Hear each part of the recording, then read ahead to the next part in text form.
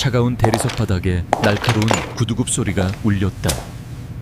칠흑 같은 밤, 서울의 스카이라인을 통째로 삼킨 듯한 펜트하우스의 거실은 숨막히는 정적에 잠겨 있었다.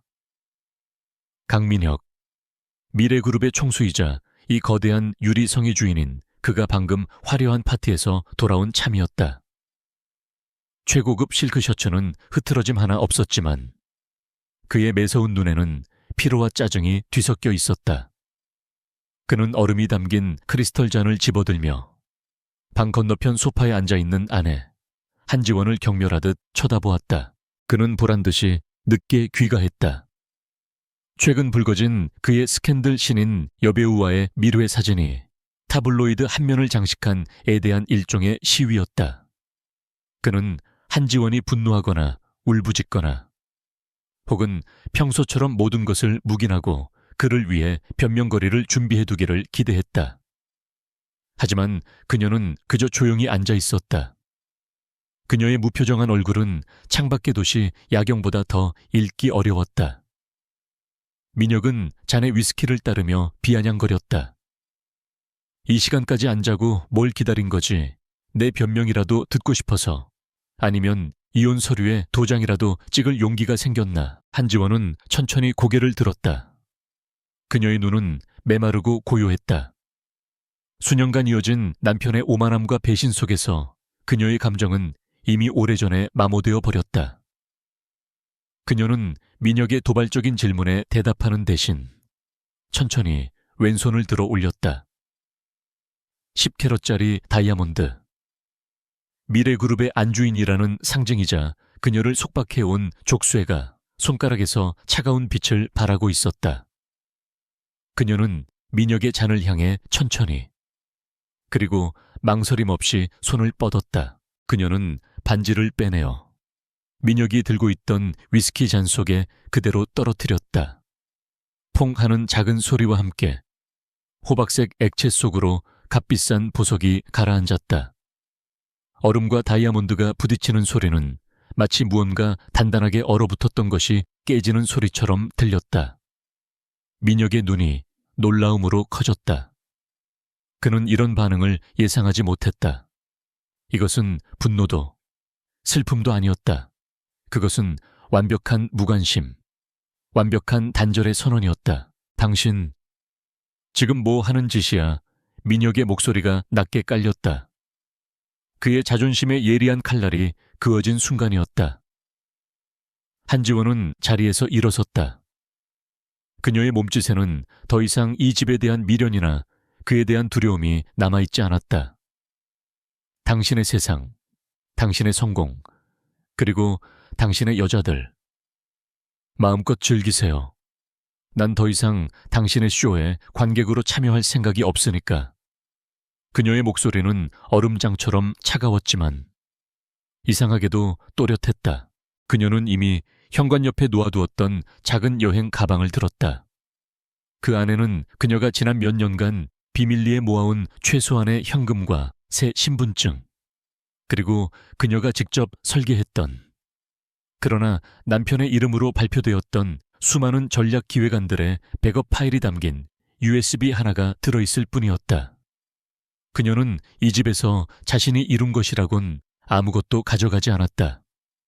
미래그룹의 안주인 한지원은 이 순간 이 펜트하우스의 죽은 존재가 되었다. 민혁은 잔을 든 채 굳어 있었다. 그는 본능적으로 그녀를 붙잡아야 한다고 생각했지만 그의 오만함이 발목을 잡았다. 감히 그녀가 자신의 허락도 없이 자신을 떠난다고 그는 이 상황을 통제해야 했다. 어딜 가, 내 허락 없이는 이 문턱 하나 넘을 수 없을 텐데. 당신이 가진 모든 건 내가 준 거야. 나가면 당신은 빈털털이라고. 그의 협박은 이제껏 항상 효과가 있었다. 하지만 지금은 아니었다. 지원은 뒤돌아보지 않았다. 그녀는 현관문 앞에서 잠시 멈춰 섰다. 당신이 준 것 중 유일하게 가치 있었던 건 당신의 본 모습을 일찍 알게 해준 경험뿐이에요. 그리고 그건 내가 당신에게 돌려줄 수 있는 유일한 선물이기도 하죠. 그녀는 조용히 덧붙였다. 아, 그리고 잔 속에 있는 그거. 당신이 그토록 자랑스러워하던 과거에 대한 내 마지막 선물이에요. 잘 간직해요. 현관문이 닫히는 소리가 거실을 울렸다. 철컥. 그 소리는 민혁에게 마치 천둥소리처럼 거대하게 들렸다. 그는 잠시 동안 멍하니 서 있었다. 상황 파악이 되지 않았다. 분노가 뒤늦게 치밀어 올랐다. 그는 손에 들린 잔을 벽난로를 향해 집어 던졌다. 감히 네가 날 버려 최고급 크리스털 잔이 산산조각나며 위스키와 얼음. 그리고 다이아몬드 반지가 바닥에 흩뿌려졌다. 그는 당장 비서실장에게 전화해 그녀의 모든 카드를 정지시키고 공항과 항만을 통제하라고 소리치려다 멈췄다. 그런다고 그녀가 돌아올까 하니 그녀는 그런 협박에 굴복할 여자가 아니었다. 그는 누구보다 그녀의 능력을 잘 알고 있었다. 그녀는 미래그룹의 수많은 위기를 막아낸 숨은 전략가였고 그가 그룹을 이끄는 동안 가장 빛나는 아이디어들은 모두 그녀의 머리에서 나왔다. 그는 그 사실을 인정하기 싫어 그녀를 안주인이라는 틀에 가둬두었다. 민혁은 무릎을 꿇고 바닥에 흩어진 유리 조각 사이에서 반지를 찾았다. 차가운 금속과 다이아몬드가 그의 손바닥을 찔렀다. 그는 이것이 단순한 아내의 가출이 아님을 깨달았다.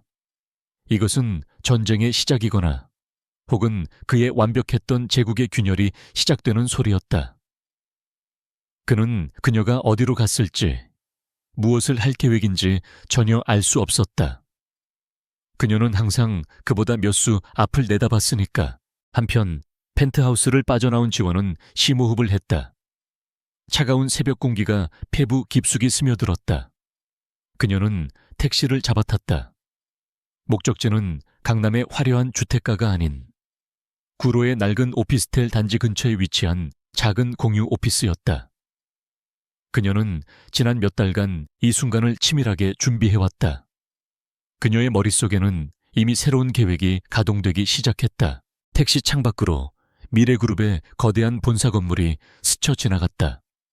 한때는 그녀의 감옥이었던 곳, 이제 그녀는 그곳을 향해 칼을 겨누어야 할지도 몰랐다. 아니, 정확히는 강민혁이라는 오만한 남자에게 자신이 그의 장식품이 아니라 그의 가장 강력한 적수가 될 수 있음을 증명해야 했다. 그녀는 손에 쥔 가방을 단단히 붙잡았다. 그 안에는 그녀의 미래가 담겨 있었다. 민혁은 펜트하우스에서 밤을 꼬박 새웠다. 그는 부서진 유리 조각들을 치우지 않았다. 그는 바닥에 떨어진 반지를 멍하니 바라보았다. 그녀의 마지막 말, 과거에 대한 선물이라는 말이 귓가에 맴돌았다. 그는 아직 깨닫지 못했다. 그 반지는 과거의 상징일 뿐만 아니라 앞으로 그가 평생 짊어지게 될 후회의 무게 그 자체라는 것을. 그는 그녀가 곧 돈이 떨어져 돌아올 것이라 애써 스스로를 위로했지만 마음 깊은 곳에서는 불안감이 싹트고 있었다. 그는 비서에게 전화를 걸었다. 한지원의 행방을 찾아. 하지만 조용히. 언론에 새어나가면 안 돼. 그의 목소리는 여전히 명령조였지만 미세한 떨림이 섞여 있었다. 그는 몰랐다. 한지원은 이미 그의 레이더망에서 완벽하게 사라질 준비를 마쳤다는 것을. 그녀의 첫 번째 전략은 완벽한 소멸, 그리고 예상치 못한 장소에서의 재탄생이었다. 그녀는 더 이상 강민혁의 아내가 아니었다. 그녀는 오직 한지원, 그 자체로 돌아왔다. 한지원이 도착한 곳은 친구의 안락한 아파트나 고급 호텔이 아니었다. 그녀는 하룻밤의 도피가 아닌 완벽한 독립을 계획했다. 그녀가 택시에서 내린 곳은 구로 디지털 단지 외곽. 밤낮으로 키보드 소리만 울리는 낡은 지식산업센터 건물이었다. 그녀는 지난 몇 달간 모아온 강민혁의 감시를 벗어난 비자금 그가 보기엔 푼돈에 불과할을 사용해 작은 1인용 서비스 오피스를 계약해 두었다. 보증금도 관리비도 저렴한 오직 생존을 위한 공간이었다. 형광등 불빛이 그녀의 지친 얼굴을 하얗게 비췄다. 10평 남짓한 공간에는 책상 하나, 의자 하나, 그리고 낡은 복합기가 전부였다. 펜트하우스의 광활한 드레스룸 한 칸보다도 작은 공간이었지만 지원은 비로소 숨이 트이는 것을 느꼈다. 그곳은 값비싼 대리석과 통유리로 지어진 감옥이었지만 이곳은 그녀의 첫 번째 요새였다. 그녀는 여행 가방을 구석에 밀어놓고 곧바로 노트북을 꺼내 책상 위에 올렸다. 그리고 가장 소중한 것, USB를 연결했다. 그날 밤, 그녀는 사무실 구석에 놓인 간이 침대에서 잠을 청했다. 차가운 공기와 딱딱한 매트리스가 낯설었지만 지난 10년간 단 하룻밤도 편히 자지 못했던 펜트하우스의 실크 침대보다 훨씬 더 깊은 잠을 잘 수 있었다. 그녀의 머릿속은 더 이상 남편의 외도를 변명할 논리나 시댁 행사에 입고 갈 옷을 고민하지 않았다. 오직 앞으로 나아갈 길, 생존과 증명을 위한 전략만이 남아있었다. 그녀는 쟤를 태우고 있었다. 과거의 한지원을 태우고 새로운 불씨를 지피고 있었다. 다음 날 아침, 지원은 인스턴트 커피 한 잔으로 몸을 녹인 후 곧바로 변호사에게 연락했다. 그녀가 선택한 인물은 미래그룹의 법무팀처럼 거대하고 막강하지는 않았지만 기업 분쟁과 지적재산권 분야에서 가장 날카롭고 집요하기로 소문난 홍 변호사였다. 홍 변호사는 한지원이라는 이름만 듣고는 시큰둥했지만 그녀가 강민혁의 아내임을 알게 되자 놀라움을 감추지 못했다. 그리고 그녀의 요구사항을 듣고는 두 번째로 놀랐다. 재산 분할을 원하지 않으신다고요. 위자료도요. 홍 변호사는 서류를 검토하며 믿을 수 없다는 듯 되물었다. 미래그룹 자산의 절반. 아니, 10분의 1만 요구해도 천문학적인 금액이었다. 네. 저는 돈이 필요 없습니다. 저는 오직 자유. 그리고 제 것을 되찾고 싶습니다. 지원의 목소리는 단호했다. 그녀가 제 것이라고 말한 것은 그녀가 지난 10년간 기획했으나 강민혁의 이름으로 발표된 수많은 전략 보고서와 프로젝트 원본 파일들을 의미했다. 홍 변호사는 그녀의 눈에서 광기를 읽었다. 하지만 그것은 파멸을 향한 광기가 아니라 무언가를 반드시 이뤄내고야 말겠다는 강철 같은 의지였다. 알겠습니다. 한지원 씨의 요구대로 이혼 조정 신청서를 미래그룹 법무팀에 발송하겠습니다. 다만 상대는 순순히 놓아주지 않을 겁니다. 그들은 이혼 소송을 진흙탕 싸움으로 만들려 할 테고 한지원 씨를 정신적으로 문제가 있는 유책 배우자로 몰아갈 가능성이 큽니다.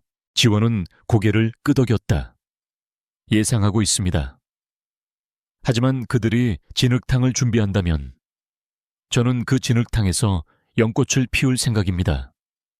그들의 모든 공격은 제게 아무런 상처도 입히지 못할 겁니다.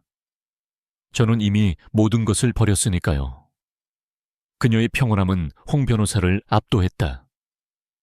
그는 수많은 재벌가의 이혼 소송을 맡아왔지만 이처럼 모든 것을 내려놓고 오직 자유 하나만을 요구하는 의뢰인은 처음이었다. 그는 이 싸움이 흥미로워질 것임을 직감했다. 이혼 조정 신청서는 그날 오후 미래그룹 본사 30층 강민혁의 사무실에 도착했다. 민혁은 전날의 숙취와 분노가 가시지 않은 상태로 서류를 받아들었다. 그의 법무팀장인 최 변호사가 땀을 뻘뻘 흘리며 그의 눈치를 살폈다. 민혁은 서류를 훑어보더니 재산 분할과 위자료 요구 항목이 깨끗하게 비어있는 것을 보고 실소를 터뜨렸다. 이 여자, 지금 나랑 장난하자는 건가?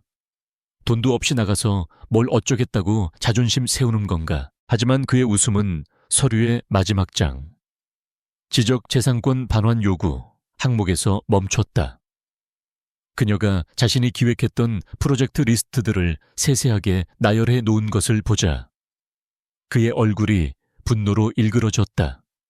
이게 이게 감히 내 것을 자기 거라고 우겨 내가 저 여자한테 베푼 돈이 얼만데 저 여자가 내 전략에 대해 뭘 안다고. 그는 자신의 성공이 오롯이 자신의 능력 덕분이라 믿었고 지원의 조언은 그저 안주인의 내조 정도로 치부해왔다. 그의 자존심이 산산조각 났다. 그녀는 돈을 요구한 것이 아니었다. 그녀는 그의 성공의 근간이 자신이었음을 주장하고 있었다. 이것은 이혼 소송이 아니라 그의 능력에 대한 정면 도전이었다. 최 변호사, 당장 가진 수단 총동원해 저 여자 빈털터리로 길바닥에 나앉게 만들어. 감히 나 강민혁을 배신하고 모욕한 대가가 얼마나 끔찍한지 처절하게 깨닫게 해주라고. 당장 저 여자 모든 계좌 동결시키고 신용카드 막아버려. 최 변호사는 난감한 표정을 지었다. 회장님, 이미 확인해 봤습니다만 사모님, 아니 한지원 씨 명의의 계좌에는 유의미한 자금이 거의 없습니다. 사용하시던 카드도 모두 회장님 법인카드였고요. 그녀가 사용한 개인 저축은 저희가 동결시킬 법적 근거가 희박합니다. 민혁은 책상을 내리쳤다. 멍청한 소리, 법이 없으면 만들어서라도 해. 어떻게든 저 여자가 돈 한 푼 없이 내 앞에 무릎 꿇게 만들란 말이야. 하지만 강민혁의 분노는 오래가지 못했다. 그의 관심은 금세 다른 곳으로 향했다. 그의 정부 친부인 여배우 김소라가 사무실로 전화를 걸어왔기 때문이었다. 그녀는 지원이 집을 나갔다는 소식을 듣고는 이제 자신이 그 자리를 차지할 수 있으리라 기대하며 애교 섞인 목소리로 그를 졸라댔다. 민혁 씨, 이제 그 여자도 없는데 우리 언제 저녁 먹어요? 그리고 저번에 말했던 미래 아트센터 관장 자리 정말 저 주실 거죠? 민혁은 머리가 지끈거렸지만 지금 당장 자신의 곁을 지켜주는 것은 김소라뿐이라고 생각했다. 알았어. 저녁에 보자고. 관장 자리도 준비시킬 테니 조용히 기다려. 그는 전화를 끊고 다시 서류를 집어들었다. 하지만 이번에는 이혼 서류가 아니라 그가 야심차게 추진 중이던 동남아 리조트 개발 사업 보고서였다. 몇 달 전 지원이 자금 흐름과 현지 파트너의 신뢰도를 문제 삼으며 위험하다고 경고했던 바로 그 프로젝트였다. 그는 지원의 경고를 무시했다. 여자가 뭘 안다고. 그는 그렇게 내뱉으며 보고서에 사인을 했다. 그의 머릿속에서 한지원의 존재는 이미 처리해야 할 귀찮은 문제 정도로 격화되어 있었다. 그는 한지원이 가진 돈으로는 한 달도 버티지 못할 것이라 확신했다. 그녀는 곧 생활고에 시달리다 지쳐 제발로 펜트하우스에 돌아와 용서를 빌게 될 것이었다.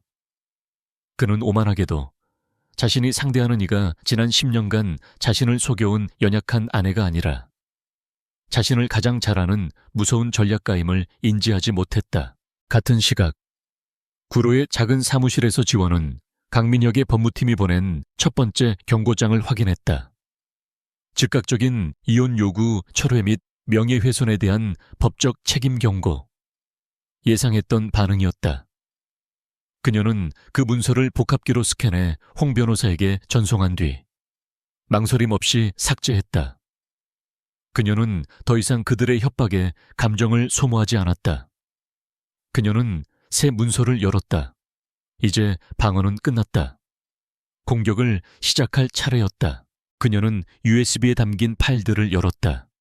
그것은 단순한 자료 백업이 아니었다. 그것은 미래그룹의 모든 강점과 약점, 강민혁의 모든 의사결정 패턴과 그의 치명적인 실수들이 담긴 데이터베이스였다. 그녀는 지난 몇 년간 남편의 눈을 피해 이 모든 것을 분석하고 정리해왔다. 그녀는 키보드에 손을 올렸다. 그녀의 첫 번째 작업은 자신의 회사를 설립하는 것이었다. 그녀는 상호명 입력란에 한 단어를 적었다. 이지스 에기스.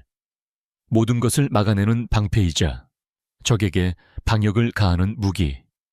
그녀의 전쟁은 이제 막 시작되었다. 이지스 컨설팅. 한지원은 사업자 등록증에 잉크가 채 마르기도 전에 자신의 작은 사무실 화이트보드에 그 이름을 적었다. 제우스가 아테나에게 준 모든 공격을 막아내는 방패. 그녀는 그것이 지금 자신에게 가장 필요한 것이라고 생각했다. 그녀는 가진 돈의 대부분을 이 작은 공간을 채우는 데 썼다. 최고 사양의 보안 시스템. 거대 기업의 서버를 방불케 하는 데이터 분석용 워크스테이션. 그리고 완벽한 방음 설비. 겉보기엔 초라한 1인 사무실이었지만 그 두뇌는 미래그룹의 전략기획실에 뒤지지 않았다. 그녀의 첫 번째 임무는 고객을 찾는 것이 아니었다. 그것은 강민혁의 감시망에서 완벽하게 벗어나는 것이었다. 그녀는 모든 통신을 암호화했고 홍 변호사를 통해서만 이혼 관련 서류를 주고받았다. 강민혁은 그녀가 돈이 떨어져 곧 항복할 것이라 여겼지만 그는 한지원이 돈이 아니라 정보와 전략을 기반으로 싸우는 사람임을 잊고 있었다. 그녀는 강민혁이 자신을 찾기 위해 풀었을 사설 탐정들의 움직임을 역으로 추적하며 그들의 동선을 피했다. 첫 번째 의뢰는 그녀의 예상보다 빨리 그리고 절박한 형태로 찾아왔다. 바이오젠 테크. 한때 혁신적인 알츠하이머 치료제 후보 물질로 코스닥 시장에서 주목받았으나 거대 제약사들의 시장 압력과 연이은 특허 분쟁에 휘말려 상장 폐지 직전까지 몰린 작은 바이오 벤처였다. 대표인 박선우는 지푸라기라도 잡는 심정으로 업계에 막 등록된 수입료가 저렴해 보이는 이지스 컨설팅에 마지막 자문을 의뢰했다. 박선우 대표는 지원의 사무실을 보고 노골적인 실망감을 감추지 못했다. 구로의 낡은 건물, 간판도 없는 사무실, 그리고 너무나 젊고 심지어 아름다운 여성 대표. 그는 거대 로펌이나 회계법인의 베테랑 파트너를 기대했었다. 한 대표님, 실례지만 이런 환경에서 미래 바이오닉스 같은 대기업의 공세를 막아낼 전략을 정말로 짤 수 있으시겠습니까? 그의 목소리에는 패배감이 짙게 배어 있었다. 미래 바이오닉스. 강민혁이 몇 년 전 지원의 반대를 무릅쓰고 인수한 회사였다. 지원은 이미 바이오젠 테크의 자료를 검토하며 이 싸움의 배후에 누가 있는지 짐작하고 있었다. 그녀는 박 대표의 의심에 동요하지 않았다. 그녀는 노트북을 열어 모니터를 그에게 돌렸다. 박 대표님, 대표님은 지금 미래 바이오닉스가 적이라고 생각하시지만 진짜 적은 따로 있습니다. 그들은 대표님의 기술을 훔치려는 것이 아니라 대표님의 회사를 헐값에 사들여 연구 데이터만 빼내고 폐기하려는 계획입니다. 화면에는 바이오젠 테크의 주가를 인위적으로 누르고 있는 공매도 세력의 자금 흐름도가 떠 있었다. 그 자금의 출처는 교묘하게 위장된 페이퍼 컴퍼니들을 거쳐 결국 강민혁의 개인 투자 회사와 연결되어 있었다. 박선우의 눈이 커졌다. 그것은 그가 지난 1년 동안 의심했지만 감히 확신하지 못했던 끔찍한 진실이었다. 이걸 어떻게 알아내신 겁니까? 이건 저희 내부 회계팀도 못 찾던 자료입니다. 지원은 담담하게 말했다. 저는 미래그룹의 전략기획실에서 10년을 보냈습니다. 정확히는 강민혁 회장이 승인한 모든 전략 보고서를 제가 만들었죠. 그의 공격 패턴, 자금 세탁 방식, 그리고 그의 오만함까지. 저는 그 모든 것을 제 손바닥 보듯 알고 있습니다. 그는 항상 가장 약한 고리를 먼저 치고 공포를 조장해 스스로 무너지게 만듭니다. 그녀의 목소리에는 그 어떤 감정도 실려 있지 않아 오히려 더 서늘하게 들렸다. 그녀는 수임료 계약서 대신 다른 서류를 내밀었다. 성공 보수 계약서였다. 저는 지금 당장 돈을 받지 않겠습니다. 바이오젠 테크가 이 위기에서 벗어나고 목표했던 기업 가치를 회복했을 때 그 이익에 20%를 받겠습니다. 대신 지금부터 제 모든 전략에 전적으로 따르셔야 합니다. 대표님의 목숨을 저에게 맡기실 수 있겠습니까? 이것은 자문이 아니라 지휘관의 명령이었다. 박선호는 다른 선택지가 없었다. 그는 이 차갑고 이지적인 여성에게서 자신이 잃어버렸던 희망의 불씨를 보았다. 그는 홀린 듯이 고개를 끄덕였다. 계약이 체결되자마자 지원은 전쟁 모드에 돌입했다. 사무실에 새 벽면을 가득 채운 화이트보드는 순식간에 바이오젠 테크의 재무 상태, 경쟁사 동향, 특허 포트폴리오, 그리고 강민혁의 자금줄과 연결된 투자사들의 복잡한 관계도로 뒤덮였다.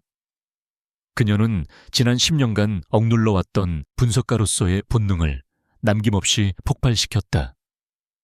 펜트하우스의 화려한 장식품이었던 안주인 한지원은 죽고 야전 사령관이자 전략가 한지원이 깨어나는 순간이었다. 그녀는 며칠 밤낮으로 데이터를 파고들었다. 잠은 사무실 구석의 간이 침대에서 쪽잠을 잤고 식사는 배달시킨 샌드위치로 해결했다. 그녀는 바이오젠 테크의 기술이 시장에서 저평가된 것이 아니라 의도적으로 저평가되도록 조작되었음을 발견했다. 누군가가 조직적으로 부정적인 애널리스트 리포트를 퍼뜨리고 식약처 같은 규제 당국에 익명의 투서를 넣어 임상시험을 고의로 지연시키고 있었다. 모든 증거는 미래 바이오닉스를 가리키고 있었다. 하지만 그녀는 혼자였다. 이 방대한 데이터를 실시간으로 처리하고 동시에 방역 전략을 실행할 손발이 필요했다. 그때 그녀의 머릿속에 한 사람의 이름이 떠올랐다. 윤서준.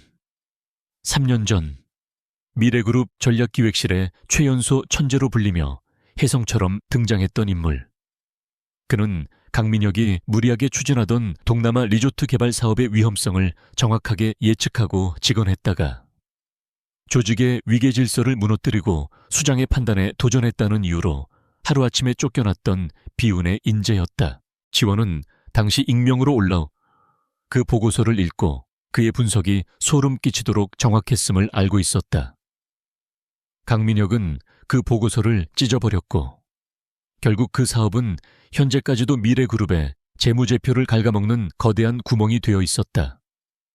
지원은 수소문 끝에 윤서준이 현재 작은 증권사의 리서치팀에서 자신의 날카로운 발톱을 억지로 숨긴 채 평범한 보고서나 작성하며 지내고 있다는 것을 알아냈다. 그녀는 직접 그를 찾아갔다. 퇴근길, 여의도의 허름한 포장마차에서 혼자 술을 마시고 있던 윤서준은 3년 전에 총기를 잃고 피로에 지친 모습이었다.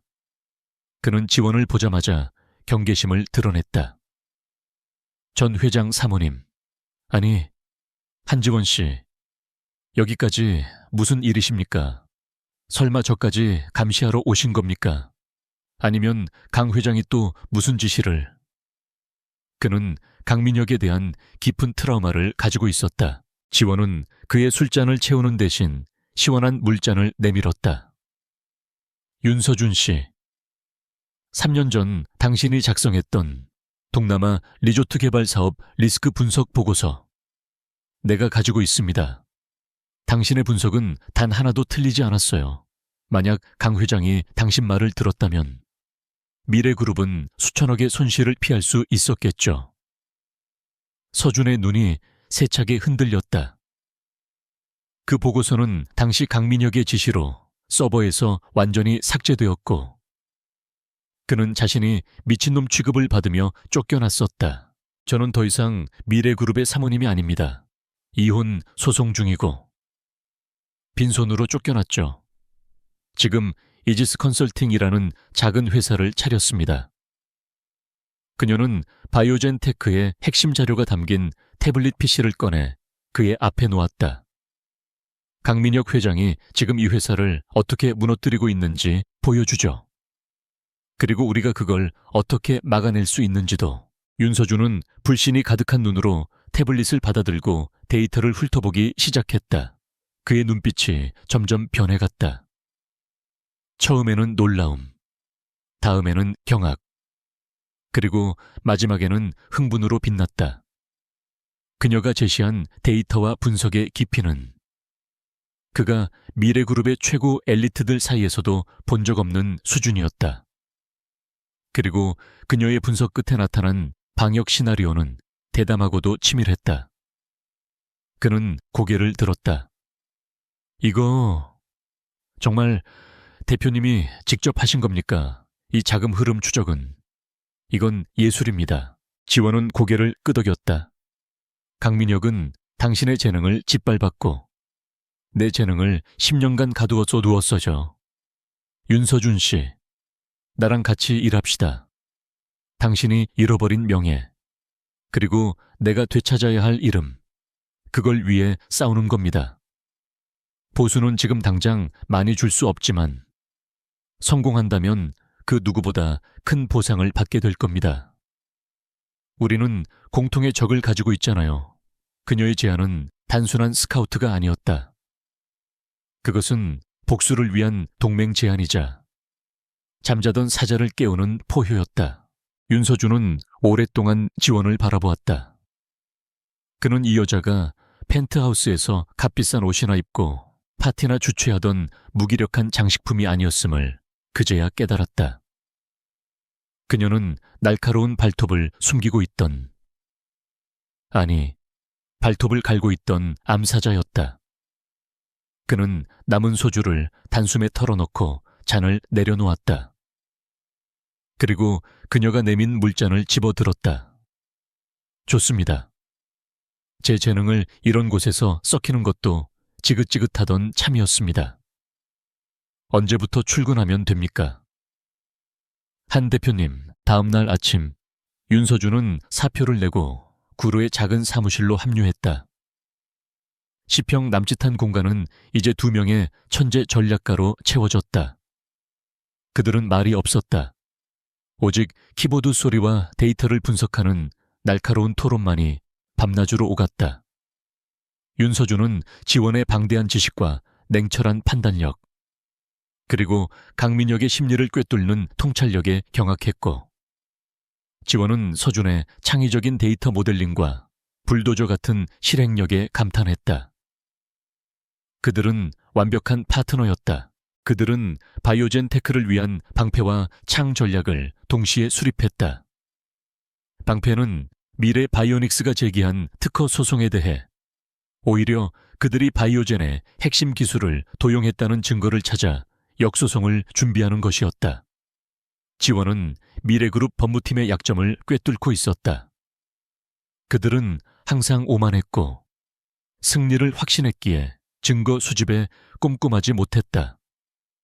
지원과 서준은 그들의 허술한 방어막 뒤에 숨겨진 치명적인 증거들을 찾아내기 시작했다. 창은 훨씬 더 대담했다. 그것은 재무 구조를 개선하기 위한 단순한 구조 조정이 아니었다.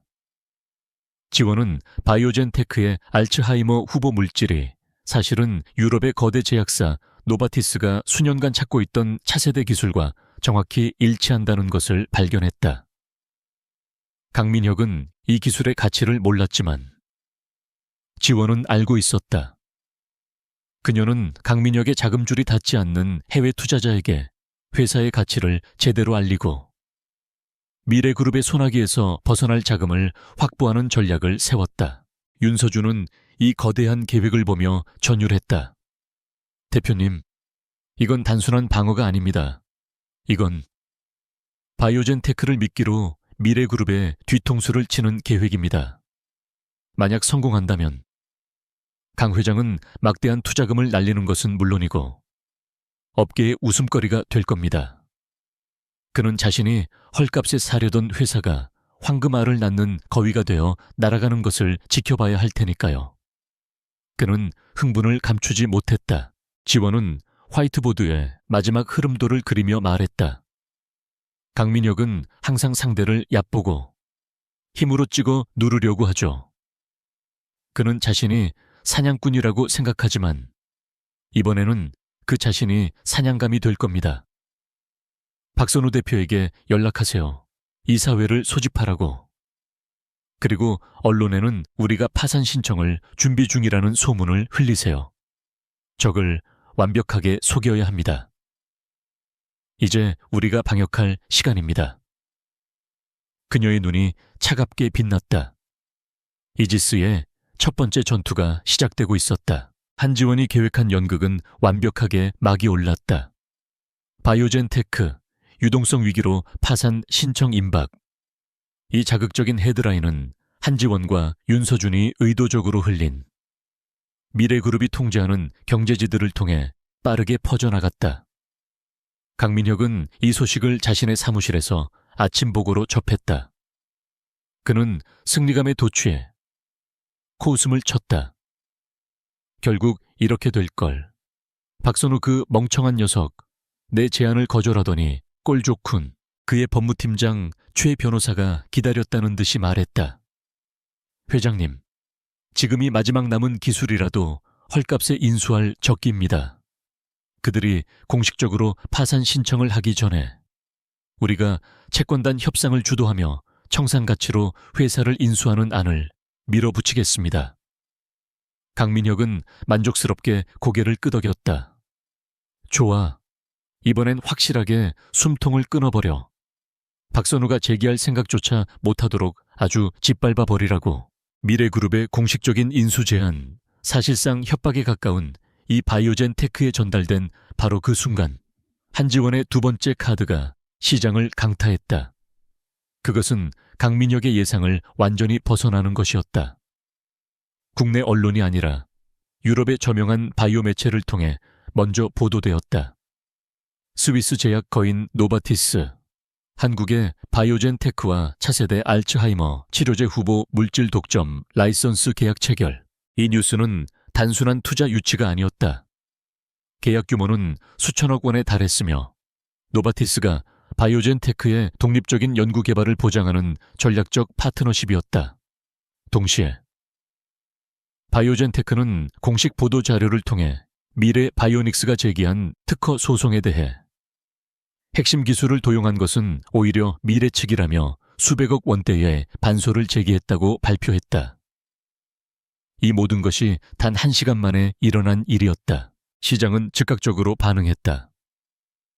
상장 폐지 직전이었던 바이오젠 테크의 주식은 거래가 재개되자마자 이틀 연속 상한가를 기록했다. 반면 미래 바이오닉스의 주가는 폭락했다. 업계는 충격에 빠졌다. 모두가 끝났다고 생각했던 작은 벤처 기업이 거대 기업 미래의 턱 밑에 비수를 꽂고 화려하게 부활한 것이다. 박선우 대표는 다윗과 골리앗의 싸움에서 승리한 혁신가로 언론의 스포트라이트를 받았다. 강민혁은 자신의 사무실에서 이 모든 상황을 실시간으로 지켜보고 있었다.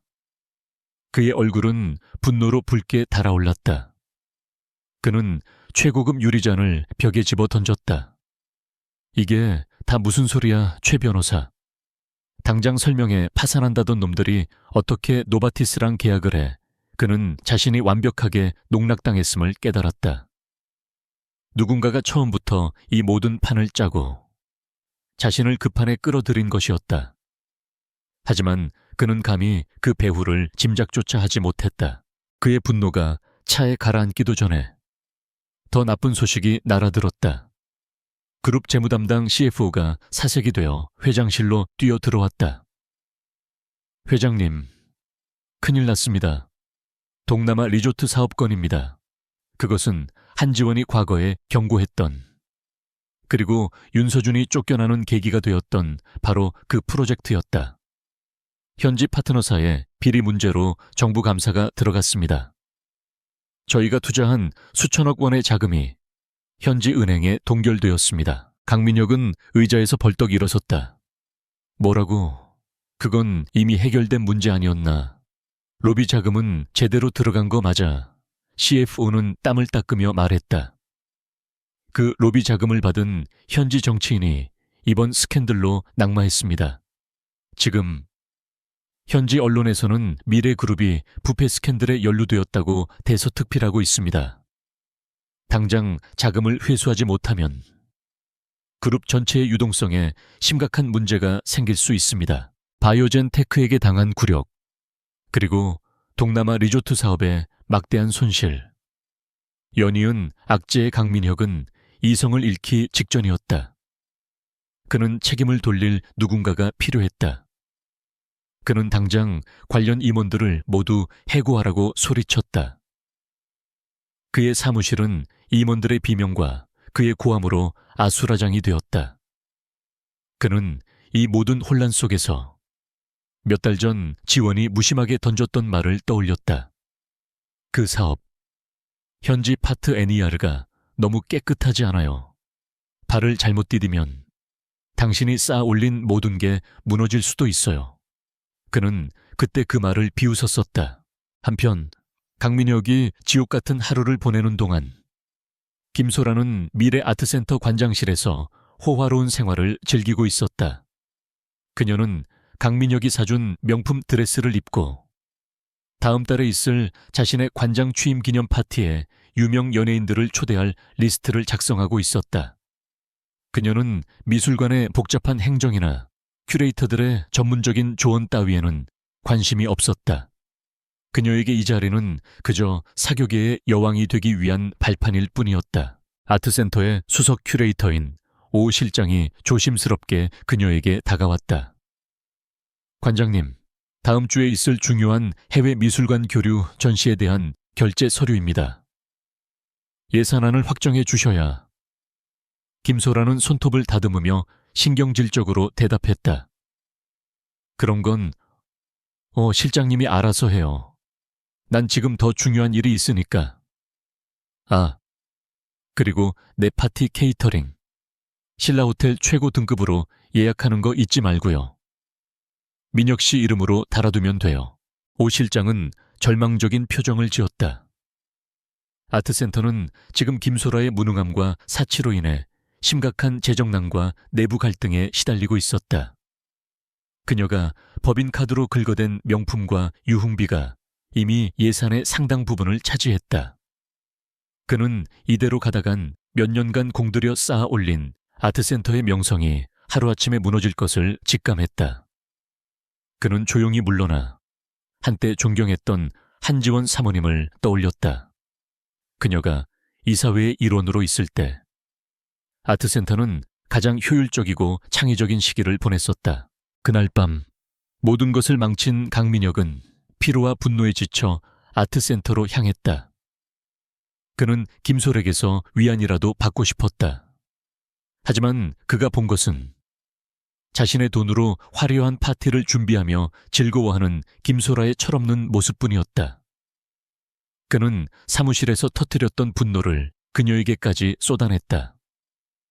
지금 내가 그룹에서 어떤 일을 겪고 있는지 알아. 넌 고작 이딴 파티 준비나 하고 있었어. 김소라는 그의 갑작스러운 분노에 놀라 울음을 터뜨렸다. 민혁 씨 어떻게 나한테 그런 말을 해요. 난 다 민혁 씨 체면 세워주려고. 하지만 그녀의 눈물은 더 이상 민혁에게 통하지 않았다. 그는 처음으로 자신이 한지원을 버리고 선택한 여자가 얼마나 공허하고 무능한 존재인지 깨달았다. 그의 곁에는 더 이상 날카로운 조언을 해줄 전략가도 묵묵히 그의 성공을 뒷받침해줄 동반자도 없었다. 그는 텅 빈 관장실을 노려보며 지독한 후회의 첫 번째 물결을 느꼈다. 같은 시각 구로의 작은 사무실. 한지원과 윤서준은 바이오젠테크의 성공 보수로 입금된 그들의 첫 번째 실탄을 확인하고 있었다. 액수는 그들이 1년간 이 사무실을 운영하고도 남을 만큼 거대했다. 윤서준은 흥분을 감추지 못했다. 대표님, 우리가 해냈습니다. 강민혁이 지금쯤 피를 토하고 있을 겁니다. 그는 3년 전의 굴욕을 완벽하게 되갚아준 기분이었다. 한지원은 그러나 여전히 침착했다. 그녀는 창밖의 어두운 도시를 바라보며 말했다. 이건 첫 번째 파문일 뿐이에요. 윤서준 씨, 강민혁은 아직도 자신이 왜 맞았는지 모를 겁니다. 그는 곧 방역을 준비하겠죠. 더 교활하고, 더 잔인하게. 그녀는 모니터를 돌려 새로운 데이터를 화면에 띄웠다. 그것은 대연그룹의 로고였다. 우리의 진짜 싸움은 지금부터입니다. 미래그룹의 가장 강력한 라이벌이 우리의 다음 고객이 될 테니까요. 그녀의 눈은 이미 다음 전장을 향하고 있었다.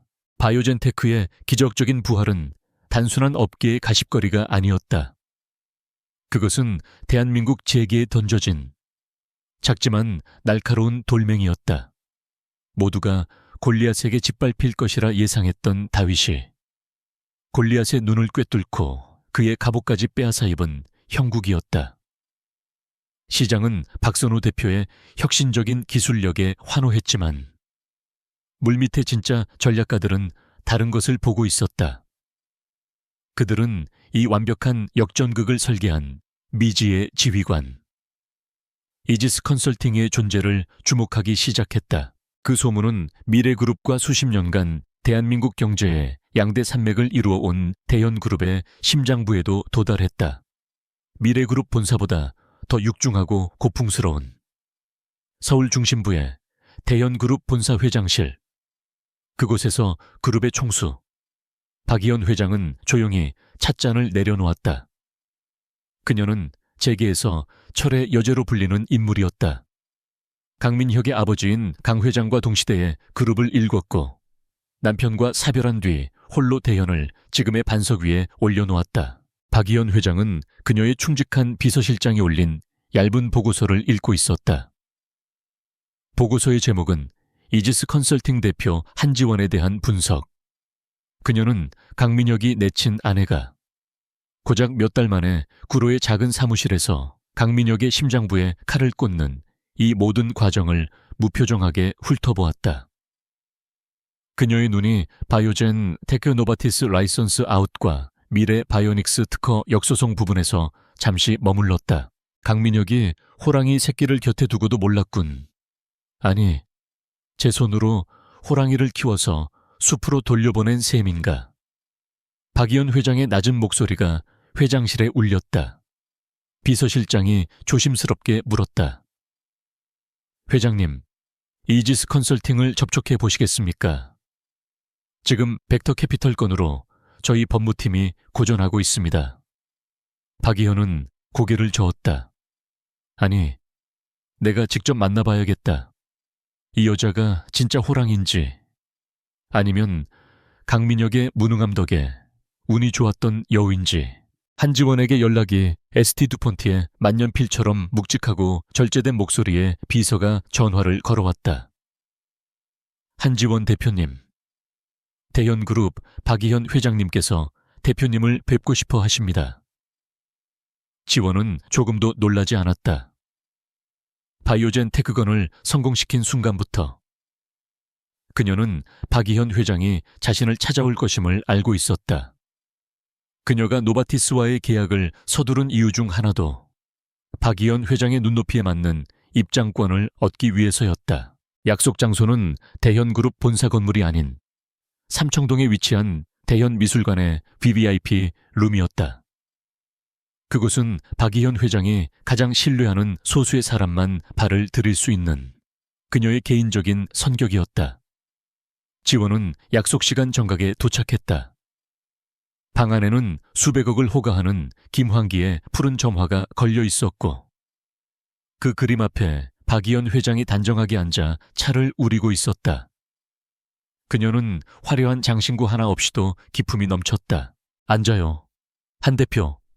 강민혁 회장의 전 부인이라고 해서 화려한 파티 드레스나 입고 다니는 줄 알았는데 생각보다 담백하군.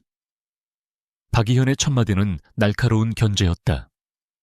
그녀는 지원의 머리부터 발끝까지를 훑어보았다. 값비싼 명품이 아닌 잘 재단된 맞춤 정장을 입은 지원의 모습은 그녀가 상상했던 재벌가 사모님의 모습과는 거리가 멀었다.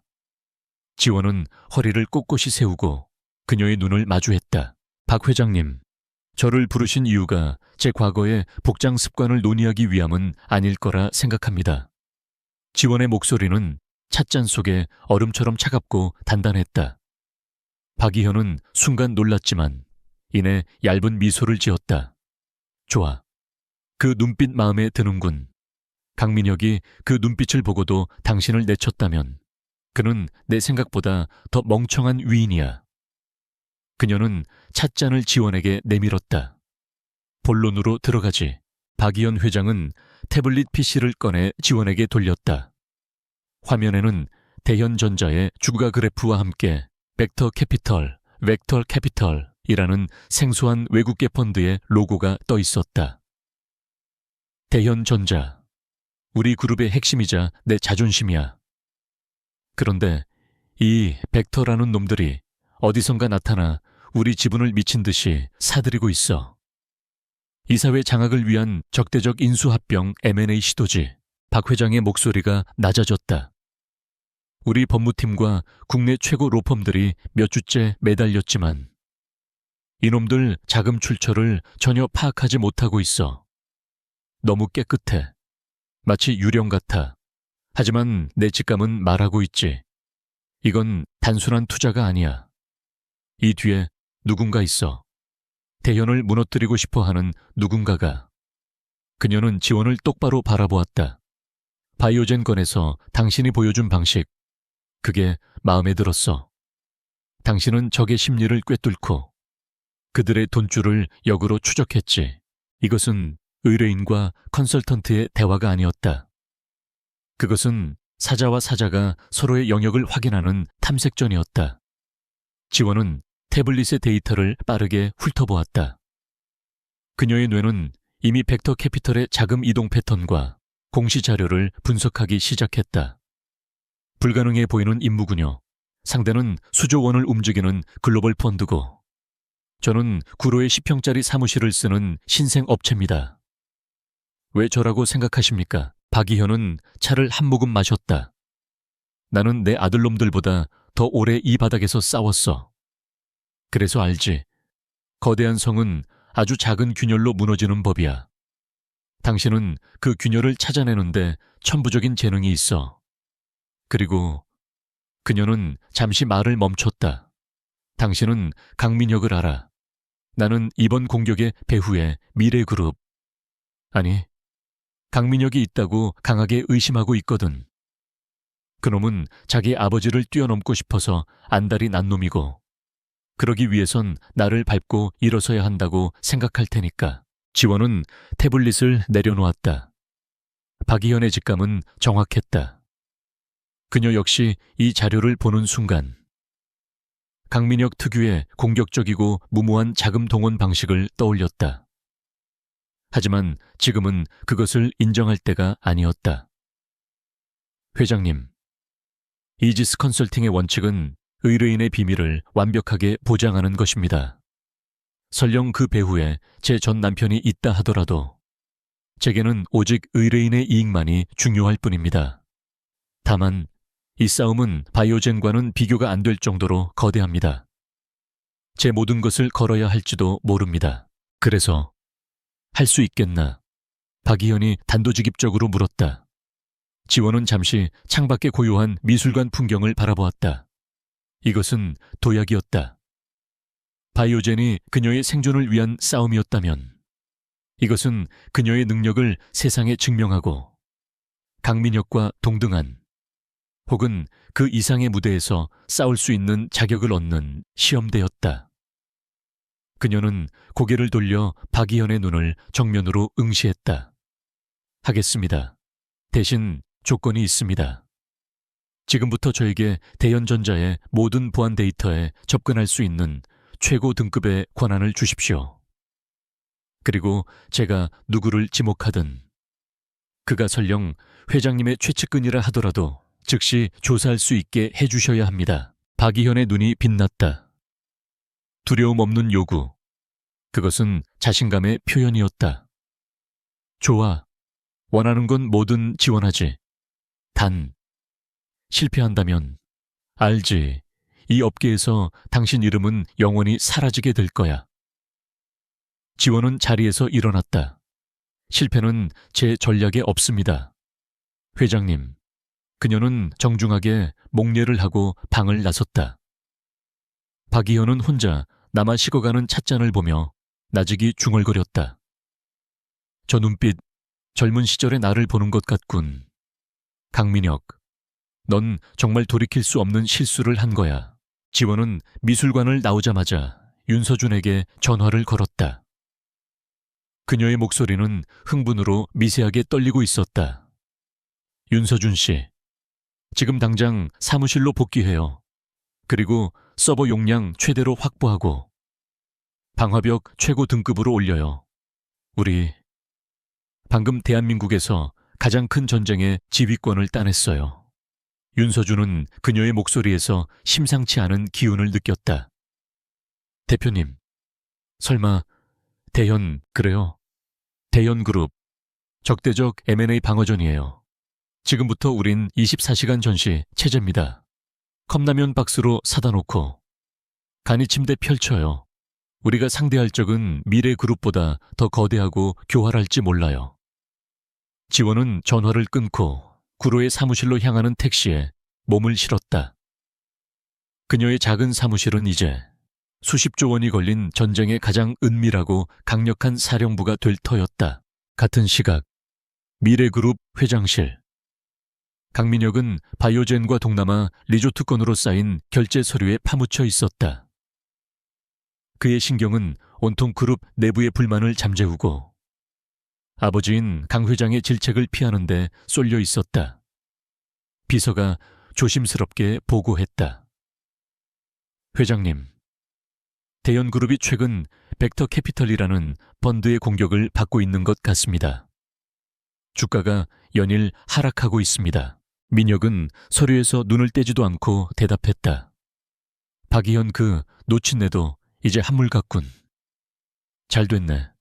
그 여자 신경 쓸 시간에 우리 내부 문제나 빨리 해결해. 비서가 덧붙였다. 그런데 회장님, 대현 측에서 이 방어를 위해 새로운 컨설팅 업체를 고용한 것 같습니다. 이지스라는 신생 업체라고 합니다. 민혁의 펜이 멈췄다. 이지스, 그 이름이 또 나왔다. 그는 불쾌감에 미간을 찌푸렸다. 바이오젠 때 그 회사 말인가. 박이현이 노망이 났나. 어디 그런 근본도 없는 회사를 그 여자 한지원과 고작 몇 푼 벌자고 차린 회사일 뿐이야. 운 좋게 한 건 한 거지. 무시해. 대현이 망하든 말든 우리랑 상관없어. 지금은 내 발등에 불 끄는 게 먼저야. 그는 다시 서류에 집중하려 했지만 알 수 없는 불안감이 그의 심장을 스쳤다. 하지만 그의 오만함은 그 불안감의 실체를 인정하는 것을 허락하지 않았다. 그는 한지원이 고작 바이오젠 같은 작은 회사를 상대로 잔재주나 부리는 것이 한계라고 멋대로 결론 내렸다. 그 시각, 한지원은 이미 그의 머리 위에서 그가 감히 상상하지 못할 거대한 전장의 지도를 펼쳐보고 있다는 사실을 까맣게 모른 채였다. 구로동의 10평짜리 사무실은 더 이상 작은 사무 공간이 아니었다. 그곳은 대한민국 재계의 거대한 전쟁을 지휘하는 첨단 벙커, 이지스트 컨설팅의 심장부였다. 한지원과 윤서준은 지난 72시간 동안 거의 잠을 자지 못했다. 사무실은 컵라면 냄새와 뜨거운 서버 열기, 그리고 짙은 커피 향으로 가득 차 있었다. 벽면의 화이트보드는 알아볼 수 없는 기호와 자금 흐름도로 빈틈이 없었다. 윤서준은 붉게 충혈된 눈으로 모니터에서 눈을 뗐다. 대표님, 벡터 캐피털의 자금 흐름은 정말 완벽합니다. 케이맨 제도, 룩셈부르크, 스위스, 이들은 세계 최고의 로펌들을 고용해 자금 세탁의 흔적을 완벽하게 지웠습니다. 이 정도 규모의 자금을 이렇게 깨끗하게 움직이다니. 도저히 배후를 찾을 수가 없습니다. 그는 좌절감에 키보드를 내리쳤다. 대현그룹이 준 모든 권한을 동원해도 그들은 유령처럼 잡히지 않았다. 한지원은 미동도 없이 화면을 응시하고 있었다. 그녀는 재무 데이터가 아니라 벡터 캐피털이 언론에 배포한 보도자료와 그들의 주주 제안서를 읽고 있었다. 그들의 문장은 합리적이었지만 그 행간에는 이상한 점이 있었다. 서준 씨, 이 녀석들 너무 완벽해서 수상해. 그리고 그들의 요구사항을 봐요. 단순히 이익을 극대화하려는 펀드가 아니야. 이건 대현전자를 모욕하고 박이현 회장의 자존심을 짓밟으려는 의도가 깔려 있어 지원에게는 익숙한 냄새가 났다. 그것은 이성이 아니라 감정이 앞서는 공격, 상대를 파괴하려는 순수한 적에, 그리고 자신의 힘을 과시하려는 오만함이었다. 이것은 숫자로 움직이는 펀드의 방식이 아니었다. 이것은 강민혁의 방식이었다. 강민혁이에요. 지원이 나직이 말했다. 윤서준이 놀라서 그녀를 쳐다봤다. 하지만 대표님, 증거가 전혀 없습니다. 추측일 뿐입니다. 미래그룹의 공식 자금은 전혀 보이지 않습니다. 증거는 그가 숨긴 곳에 있겠죠. 지원은 자리에서 일어나 커피를 따랐다. 강민혁은 자신이 가장 똑똑하다고 생각하지. 그래서 항상 같은 실수를 반복해. 그는 자신이 완벽하게 통제한다고 믿는 안전가옥 같은 금융 채널을 이용해. 우리가 찾지 못한 게 아니라 그가 너무 깊이 숨겨서 우리가 딴 데를 보고 있었던 거야. 그녀의 눈이 10년간 그와 함께하며 보았던 수많은 비밀 보고서들을 스캔하듯 빛났다. 그녀는 윤서준의 자리로 다가갔다. 서준 씨, 케이맨 제도나 룩셈부르크는 잊어요. 거긴 위장막이야. 싱가포르의 오버시즈 프라이빗 뱅크 OPB 쪽을 확인해봐요. 3년 전 미래그룹이 동남아 리조트 사업 자금을 조달할 때 이용했던 아주 작고 비밀스러운 은행이죠. 윤서준은 의아해했다. 하지만 거긴 이미 실패한 프로젝트 자금이 묶인 곳이라 강 회장에게는 트라우마 같은 곳일 텐데요. 바로 그거예요. 지원의 목소리가 낮아졌다. 가장 위험한 곳이 가장 안전하다고 믿는 게 그의 오만한 심리예요. 그는 이미 실패한 거래 내역 속에 새로운 거래를 숨기는 건 그의 단골 수법이니까. 그곳은 아버지인 강 회장도 들여다보지 않는 그만의 금고일 겁니다. 지원의 확신에 찬 지시에 윤서준은 즉시 OPB의 데이터베이스에 접근하기 시작했다. 대연그룹이 준 최고 등급의 접근권과 윤서준의 천재적인 해킹 능력이 결합되자 몇 시간 만에 첫 번째 균열이 보이기 시작했다. 찾았습니다. 윤서준이 외쳤다. 그의 목소리가 흥분으로 떨렸다. OPB의 유령 법인 계좌입니다. 벡터 캐피털의 가장 큰 자금을 송금한 네 번째 단계의 페이퍼 컴퍼니. 그리고 이 유령 법인의 실소유주, 맙소사, MH캉으로 이니셜 처리된 신탁 계좌와 연결됩니다. 그는 숨을 삼켰다. 강민혁. 지원이 그 말을 마무리 지었다. 미래그룹의 공금이 아니라 강민혁 개인 혹은 그가 따로 관리하는 비자금으로 이 전쟁을 시작한 거예요. 그룹 이사회의 승인도 없이 아버지 몰래. 이제 모든 퍼즐이 맞추어졌다. 강민혁은 박이현 회장을 끌어내리고 대현을 차지하기 위해 그룹의 자금이 아닌 자신의 숨겨둔 칼을 꺼내든 것이었다. 그리고 그는 그 칼자루를 한지원에게 들키고 말았다. 윤서준은 당장 이 자료를 박이현 회장에게 넘겨 언론에 터뜨려야 한다고 주장했다.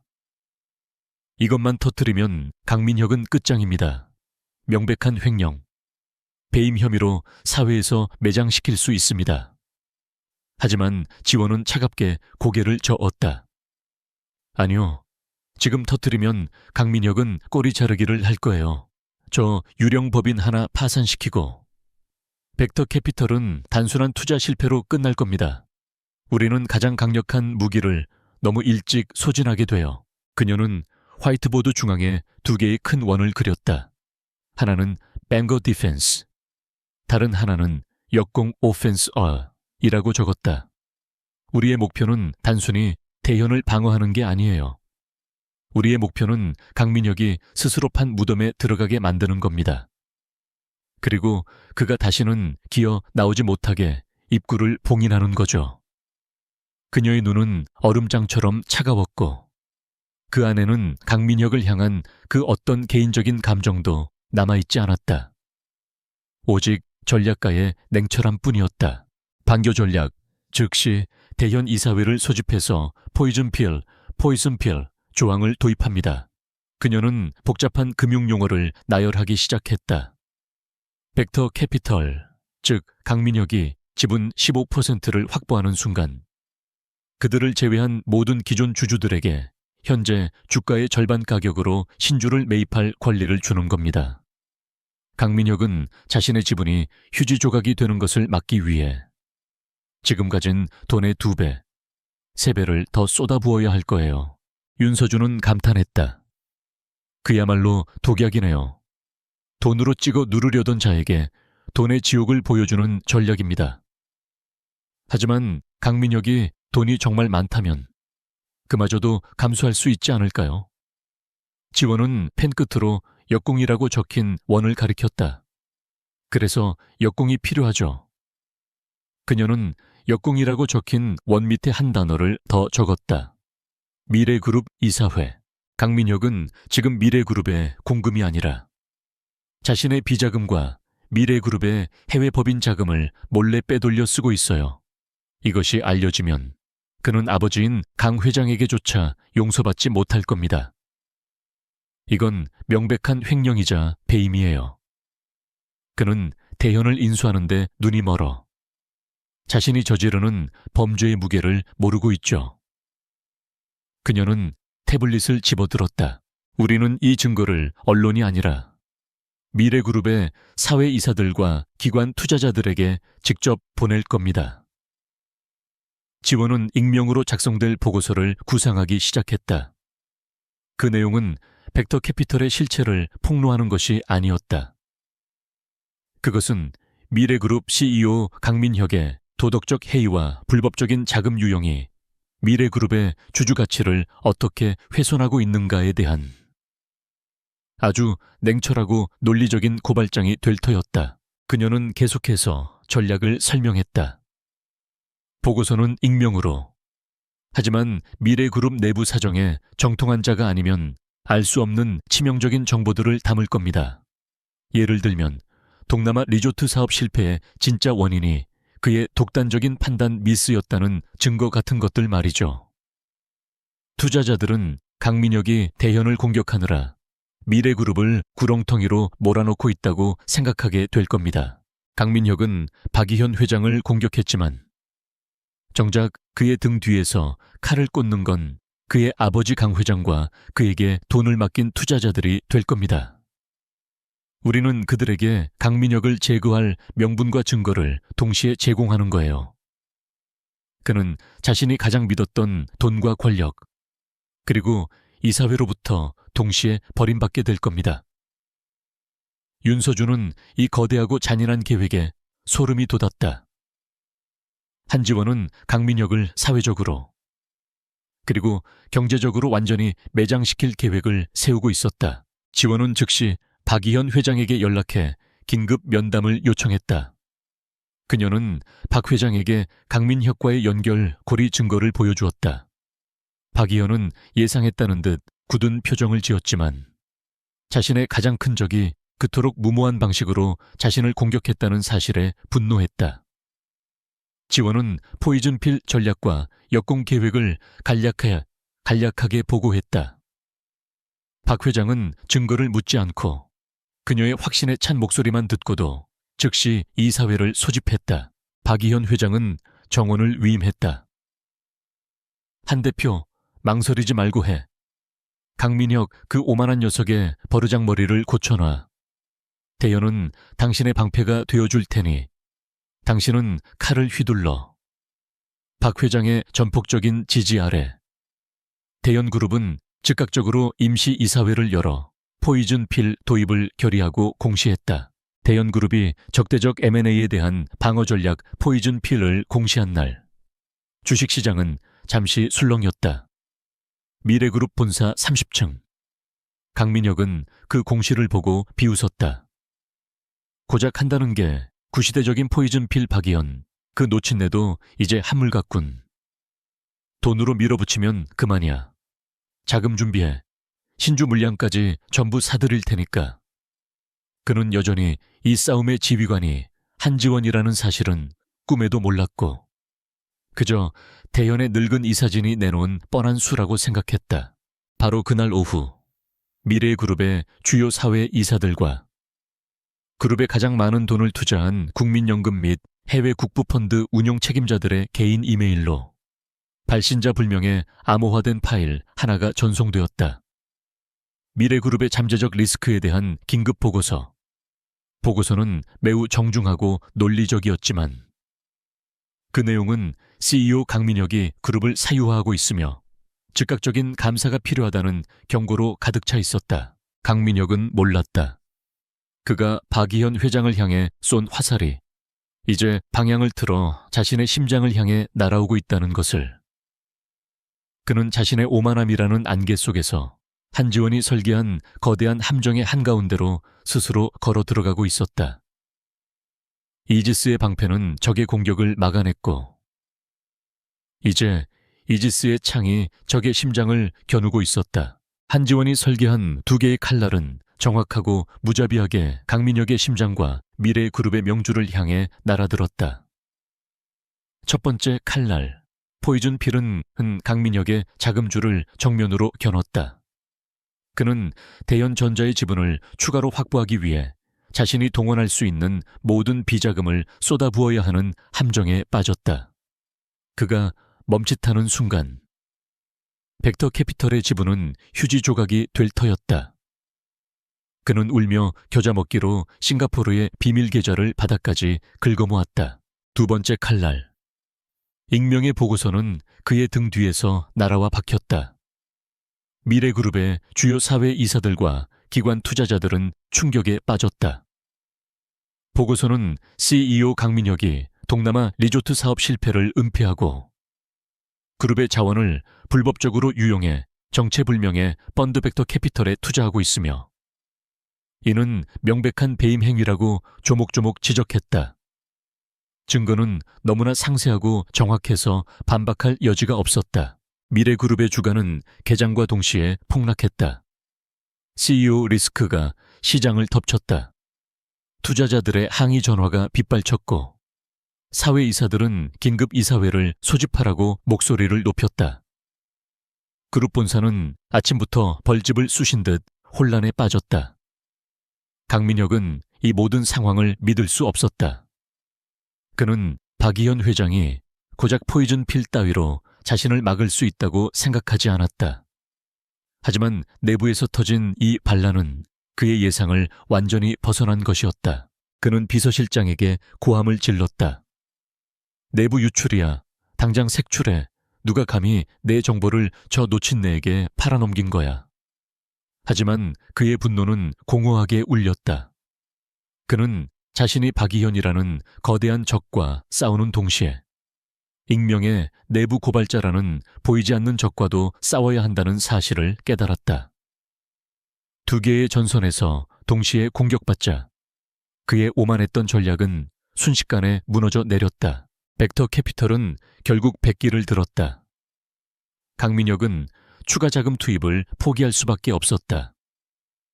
그의 비밀 금고는 바닥났고 그룹의 공금을 더 이상 빼돌릴 수도 없었다. 벡터 캐피털은 막대한 손실을 입고 보유 지분 전량을 시장의 헐값으로 매각하며 철수했다. 강민혁이 박이현 회장의 자존심을 꺾겠다며 야심차게 시작한 전쟁은 수천억 원의 돈만 날리고 끝난 완벽한 패배였다. 미래그룹의 이름은 시장의 조롱거리로 전락했다. 강민혁은 미쳐버릴 것 같았다. 그는 이 모든 실패의 배후를 알아내야 했다. 그는 자신의 정보팀을 총동원해 대현그룹의 컨설팅을 맡은 이지스라는 유령 회사를 뒷조사하기 시작했다. 그는 여전히 바이오젠 때의 그 작은 회사가 이 거대한 전쟁을 지휘했을 거라고는 상상조차 하지 못했다. 그는 분명 대현그룹 내부 혹은 자신의 측근 중에 박이현과 내통한 배신자가 있을 것이라 확신했다. 그는 마지막 발악을 준비했다. 이대로 무너질 수는 없었다. 그는 대현그룹에 공식적인 협상을 요청했다. 표면적으로는 적대적 M&A 시도에 대한 유감 표명과 양 그룹 간의 갈등 봉합이었지만 실제 목적은 박희현 회장을 직접 만나 그녀를 협박하고 내부의 배신자가 누구인지 단서라도 잡아내려는 속셈이었다. 그는 자신이 이 정도로 망가졌음에도 불구하고 여전히 자신이 박희현을 위협할 카드가 남아있다고 착각했다. 박희현 회장은 의외로 순순히 협상에 응했다. 날짜와 시간이 잡혔다. 장소는 대연그룹 본사 30층 VVIP 전략회의실이었다. 강민혁은 만반의 준비를 했다. 그는 최 변호사를 비롯한 법무팀장의 인력을 대동하고 대연그룹의 약점이라고 생각하는 것들을 정리한 서류 가방을 든 채 결전의 장소로 향했다. 그는 자신이 이 방에 들어서는 순간 박희현 회장이 패배자의 굴욕적인 모습을 보게 될 것이라 예상했다. 회의실 문이 열리고 강민혁은 당당한 걸음으로 안으로 들어섰다. 거대한 원목 테이블 상석에 박희현 회장이 특유의 무표정한 얼굴로 앉아 있었다. 강민혁은 그녀를 향해 걸어가며 비아냥 섞인 인사를 건네려 했다. 박 회장님, 이렇게 직접 뵙게 되니. 그러나 그의 말은 공중에서 흩어졌다. 그는 박희현 회장의 맞은편, 즉 대연그룹의 수석 전략가 자리에 앉아있는 인물을 보고 그 자리에 얼어붙었다. 그곳에는 한지원이 앉아 있었다.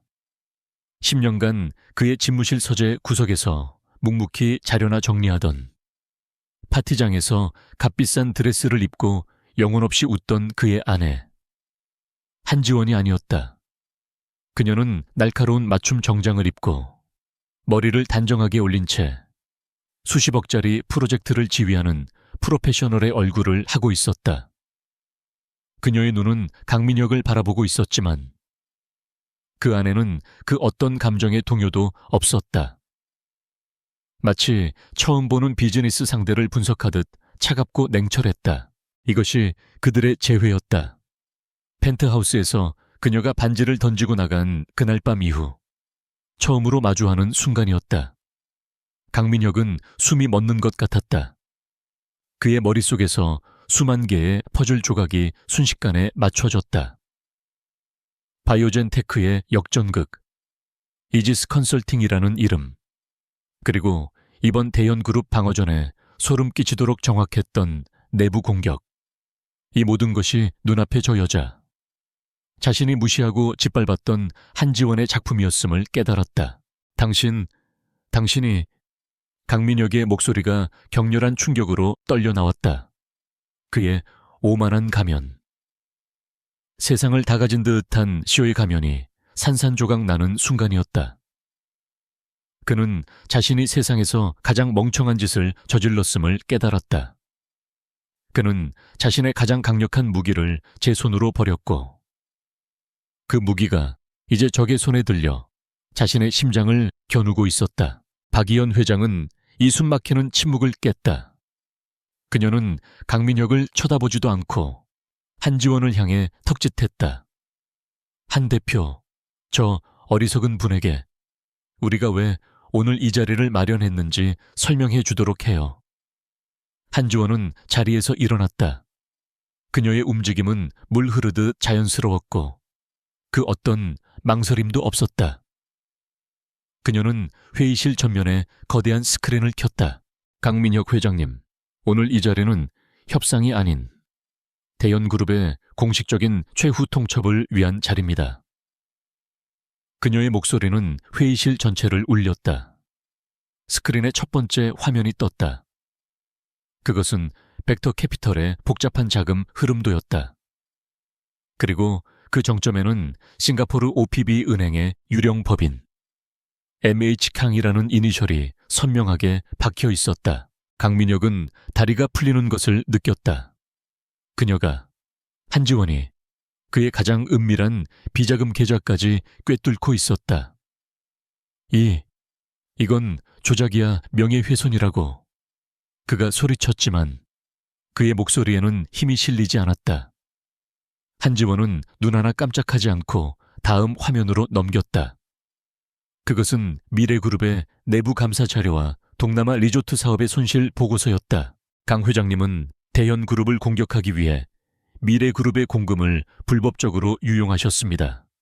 이는 주주들에 대한 명백한 배임 행위이며 저희는 관련 증거를 모두 확보하고 있습니다. 그녀는 강민혁을 바라보았다. 그 눈빛은 더 이상 사랑이나 원망이 아니었다. 그것은 완벽한 경멸, 혹은 그저 무가치한 대상을 바라보는 듯한 무관심이었다. 당신은 전략가로서 실패했습니다. 지원의 목소리가 얼음처럼 날카롭게 강민혁의 자존심을 베었다. 당신은 적을 과소평가했고 당신의 자원을 과대평가했으며 무엇보다 당신의 가장 큰 약점이 무엇인지조차 파악하지 못했습니다. 당신의 공격은 무모했고 당신의 방어는 허술했으며 당신의 심리는 너무나 뻔하게 읽혔습니다. 당신은 이길 수 없는 싸움을 시작한 겁니다. 그녀는 강민혁이 지난 10년간 그녀에게 퍼부었던 모욕, 즉 여자가 뭘 안다고, 당신은 그저 내 장식품일 뿐이야 라는 말들을 가장 잔인한 방식으로 되돌려주고 있었다. 그녀는 그를 남편으로서가 아니라 CEO로서, 전략가로서 공개적으로 처형했다. 그녀는 그가 저지른 모든 전략적 오류들을 하나하나 논리적이고 냉철하게 발가벗겼다. 강민혁은 아무 말도 할 수 없었다. 그의 법무팀 역시 스크린에 떠있는 명백한 증거들 앞에서 입을 다물었다. 한지원의 가면이 떨어진 것이 아니었다. 강민혁의 가면이 떨어진 것이었다. 유능한 젊은 총수라는 가면 뒤에 숨어있던 오만하고 무능하며 심지어 불법까지 저지르는 그의 맨얼굴이 만천에 드러났다. 한지원은 프레젠테이션을 마쳤다. 그녀는 마지막으로 강민혁을 바라보며 말했다. 이것이 이지스 컨설팅의 분석 결과입니다. 박이현 회장이 그제야 입을 열었다. 강민혁 회장, 당신의 아버님께는 이미 이 자료가 넘어갔소. 당신이 미래그룹 총수 자리에 얼마나 더 앉아있을 수 있을지는 이제 내 소관이 아니지. 그리고 다시 한번 대현을 넘볼 생각이라면, 그녀는 한지원을 가리켰다. 그때는 이 정도 경고로 끝나지 않을 거요. 이제 내 회의실에서 당장 나가시오. 강민혁은 비틀거리며 회의실을 빠져나왔다. 그는 자신이 방금 무엇을 겪었는지 제대로 인지하지 못했다. 그의 머릿속은 온통 마지막에 보았던 한지원의 차가운 눈빛으로 가득 차 있었다. 그는 자신이 버린 여자가 자신을 파멸시켰다는 사실을, 그리고 그 파멸이 이제 막 시작되었음을 처절하게 깨달았다. 그는 엘리베이터 앞에서 주저앉았다. 그의 세상이 무너져 내리고 있었다. 미래그룹 본사 30층. CEO 집무실의 공기는 쌀이 썩은 고기처럼 무겁게 가라앉아 있었다. 강민혁은 대현그룹에서 돌아온 이후 마치 유령처럼 자신의 의자에 앉아 있었다. 그의 값비싼 슈트는 구겨져 있었고 완벽하게 빗어 넘겼던 머리는 땀과 분노로 헝클어져 있었다. 그는 한지원이 스크린에 띄웠던 자신의 가장 은밀한 계좌가 드러난 그 차트를 잊을 수 없었다. 그것은 단순한 패배가 아니었다. 그것은 발가벗겨진 수치, 완벽한 처형이었다. 그가 가장 경멸하고 하찮게 여겼던 존재가 그의 제국 심장부에 칼을 꽂고 유유히 사라진 셈이었다. 비서실에 전화가 울렸지만 그는 받지 않았다. 직원들은 공포에 질려 감히 그의 방문을 두드리지 못했다. 강민혁은 자신이 세운 완벽한 계획이 왜 무너졌는지 복귀하려 애썼다. 하지만 머릿속은 온통 한지원의 그 차가운, 경멸이 담긴 눈빛으로 가득 차서 어떤 이성적인 사고도 불가능했다. 그는 편집증적인 분노에 휩싸였다. 그때 집무실 문이 거칠게 열렸다. 감히 그의 허락 없이 이 방에 들어올 수 있는 사람은 단 한 명뿐이었다. 그의 아버지, 미래그룹의 창업주이자 산광향왕인 강만철 회장이었다. 강만철 회장은 지팡이를 짚고 있었지만 그 기세는 여전히 현역 사자처럼 사나웠다. 그는 아들의 꼴을 위아래로 훑어보더니 쇳소리 같은 목소리로 입을 열었다. 꼴이 말이 아니로군. 네가 내 얼굴에 똥칠을 해도 유분수지. 박이연 그 여자 앞에서 대놓고 망신을 당해 강민혁은 자리에서 벌떡 일어났다. 아버지, 그 여자가 한지원이 전부 꾸민 짓입니다. 그 여자가 감히 저를 배신하고 대연에 붙었습니다. 그는 모든 책임을 지원에게 돌리려 했다. 하지만 강만철은 지팡이로 바닥을 세게 내리쳤다. 닥쳐라. 이 멍청한 놈아, 네가 배신당한 게 문제인 것 같나. 네가 그 여자의 능력을 뻔히 알면서도 적으로 만든 것이 문제다. 내가 10년 전에 뭐라고 했지? 저 여자는 네 아내가 아니라 네가 가진 가장 날카로운 칼이라고 했다. 그런데 넌 그 칼을 내 손으로 갈아 적의 손에 쥐어줬어. 강만철 회장은 한지원이 보낸 자료가 담긴 태블릿을 아들의 책상 위로 집어던졌다. 그룹 비자금을, 그것도 내 승인도 없이 빼돌려 고작 라이벌 회사를 공격하는 데 써. 동남아 리조트 건은 내 놈의 무능으로 수천억을 날려먹고도 정신을 못 차렸어. 넌 경영자가 아니라 내 오만함에 취한 도박꾼일 뿐이야. 강 회장의 분노는 아들을 향한 실망이라기보다 자신의 일생일대의 작품인 미래 그룹을 망친 자에 대한 냉혹한 심판에 가까웠다. 강민혁은 무어라 변명하려 했지만 아버지는 손을 들어 그의 말을 막았다.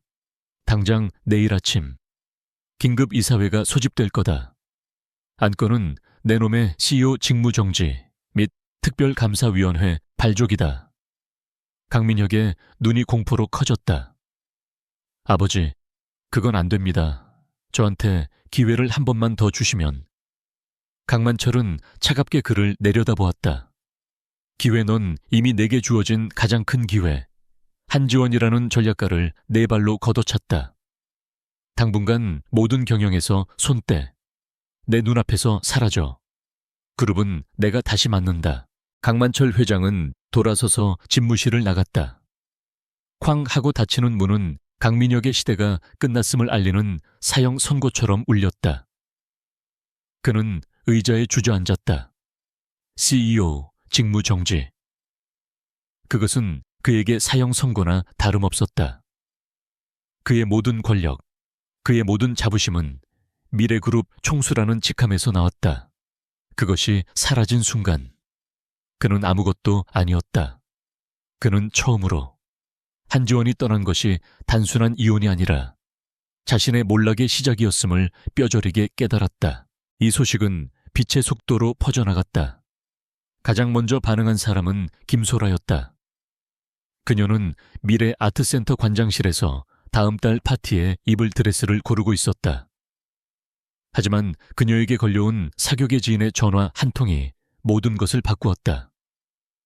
어머, 소라씨, 어떻게 강 회장 직무 정지당했다며 아버지가 내쫓았다던데. 그럼 아트센터는 어떻게 되는 거야?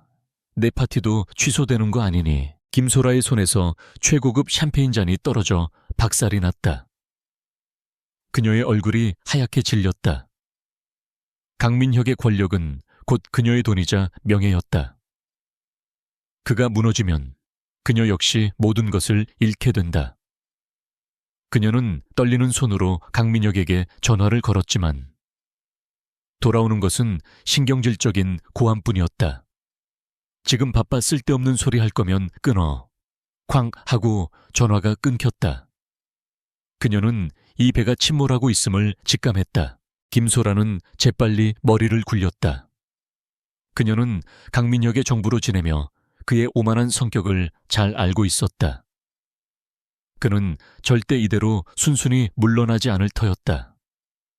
하지만 그가 재기할 때까지 기다려줄 생각은 없었다.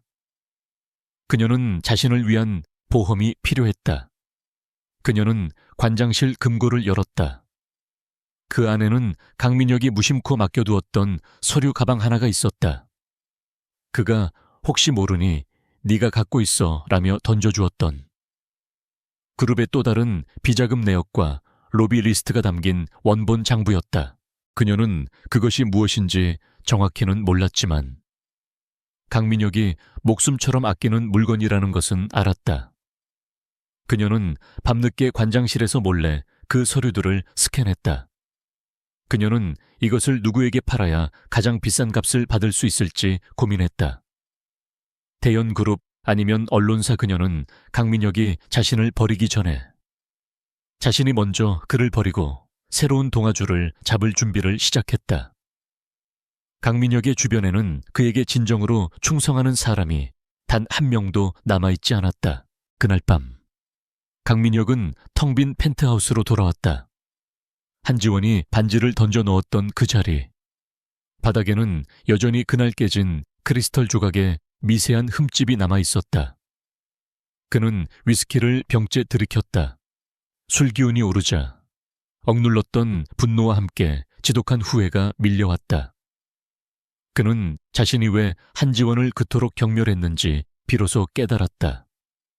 그는 그녀를 사랑하지 않아서가 아니라 그녀가 자신보다 똑똑하다는 것을 본능적으로 알고 있었기에 두려워했던 것이다. 그는 그녀의 날카로운 조언을 무시했고 그녀의 공적을 가로챘으며 그녀를 안주인이라는 화려한 세장에 가둬두었다. 그래야만 자신의 무능함이 가려지고 자신의 오만함이 정당화될 수 있었으니까. 그는 한지원이 자신의 그늘 속에서 영원히 순종적인 아내로 남아줄 것이라 믿었다. 하지만 그는 그녀의 침묵이 순종이 아니라 경멸과 인내의 또 다른 이름임을 알지 못했다. 강민혁은 무너진 자존심 속에서 처음으로 인정했다. 그는 아내를 잃은 것이 아니었다. 그는 자신의 제국을 지탱해줄 가장 유능한 전략가, 자신의 모든 약점을 보완해줄 유일한 파트너를 제 손으로 내친 것이었다. 지금 그가 느끼는 이 뼈 아픈 후회는 잃어버린 사랑 때문이 아니었다. 그것은 자신이 걷어찬 권력, 이미 사라져버린 성공의 기회에 대한 지독한 갈망이었다. 그는 한지원이 자신에게 얼마나 절대적인 존재였는지, 그녀가 사라지고 나서야, 그것도 그녀의 칼에 심장이 꿰뚫리고 나서야 깨달았다. 그는 자신이 평생 이 후회 속에서 살아가야 할 것임을 예감했다. 시간은 강물처럼 흘러갔다. 대연그룹과의 전쟁이 끝난 후 몇 달이 지났다. 그 몇 달 사이 재계의 지형도는 미묘하게, 그러나 확실하게 변하고 있었다. 구로동 10평짜리 벙커에서 시작한 이지스 컨설팅은 더 이상 신생 업체가 아니었다. 한지원은 박이현 회장의 전폭적인 지원과 바이오젠테크의 성공 보수로 확보한 자금을 바탕으로 대한민국 경제의 심장부인 테헤란로의 최고급 오피스 빌딩 최상층으로 사무실을 이전했다. 이지수는 이제 가장 뜨거운 이름이 되었다. 박이현 회장이 직접 그녀의 능력을 보증한다는 사실만으로도 수많은 기업이 컨설팅을 받기 위해 줄을 섰다. 하지만 그들은 곧 한지원이 박 회장의 후광이 아니라 그 자체로 빛나는 존재임을 깨달았다. 그녀의 전략은 날카롭고 그녀의 분석은 무자비할 정도로 정확했다. 그녀는 시장의 흐름을 읽는 것을 넘어 흐름을 만들어내고 있었다.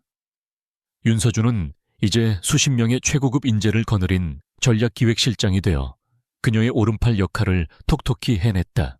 한지원은 언론의 스포트라이트를 받는 인물이 되었다. 그녀는 더 이상 강민혁의 그늘에 가려진 아내가 아니었다. 미래를 꿰뚫는 전략가, 얼음 여왕, 기업 사냥꾼을 잡는 사냥꾼. 그녀를 수식하는 말은 다양했지만 공통적으로 그녀의 냉철한 지성과 압도적인 카리스마를 담고 있었다. 그녀는 국내외 유수의 경제 포럼에 기조 연설자로 초청받았고 그녀의 한마디 한마디는 시장을 움직이는 힘이 되었다. 반면 강민혁의 삶은 나락으로 추락했다. 아버지 강만철 회장은 그를 모든 경영 일선에서 물러나게 했다. CEO 직함은 박탈당했고 그에게 주어진 것은 미래그룹 고문이라는 아무런 실권도 없는 허울뿐인 자리였다. 그는 그룹 본사에 자신의 사무실조차 없이 집무실이 있던 30층에서 쫓겨나 한적한 층의 작은 방으로 밀려났다. 이사회는 그가 저지른 배임 행위에 대해 공식적인 조사를 시작했다. 설상가상으로 김소라가 그에게 마지막 비수를 꽂았다. 강민혁이 몰락하자 그녀는 자신이 확보했던 비자금 원본 장부를 들고 경쟁 언론사와 검찰에 동시에 접촉했다. 그녀는 강민혁에게 모든 죄를 뒤집어 씌우고 자신은 협박에 의한 단순 가담자로 빠져나갈 길을 모색했다. 이 스캔들은 미래그룹 게이트로 번질 뻔했으나 강만철 회장이 자신의 남은 인맥과 막대한 자금을 동원해 겨우 검찰 수사선에서 무마시켰다. 이 과정에서 강민혁은 또 한 번의 굴욕을 겪었다. 그는 아버지에 의해 강제로 모든 재산을 포기한다는 각서를 써야 했고 김소라와의 추모는 그를 재계뿐만 아니라 사교계에서도 완벽한 웃음거리로 만들었다. 김소라는 두둑한 돈을 챙겨 해외로 도피했고 강민혁에게 남은 것은 아무것도 없었다. 권력도, 돈도, 명예도, 그리고 그를 따르던 사람들도 모두 사라졌다. 그는 텅 빈 펜트하우스에 갇힌 채 자신의 몰락을 속수무책으로 지켜봐야 했다. 그는 매일 밤 술에 취해 한지원을 떠올렸다. 처음에는 분노였다. 감히 자신을 배신하고 이 지경으로 만들었다는 증오심에 이를 갈았다. 하지만 시간이 지나고 술이 깨면 지독한 후회가 밀려왔다. 그는 그녀가 이지스 컨설팅의 대표로 언론과 인터뷰하는 모습을 미친 사람처럼 찾아보았다. 화면 속의 그녀는 그가 알던 나약하고 순종적인 여자가 아니었다. 그녀는 자신감 넘쳤고 지적이었으며 그가 한 번도 가져보지 못한 진짜 권위를 가지고 있었다. 그는 깨달았다. 자신이 잃어버린 것은 단순히 편리하다.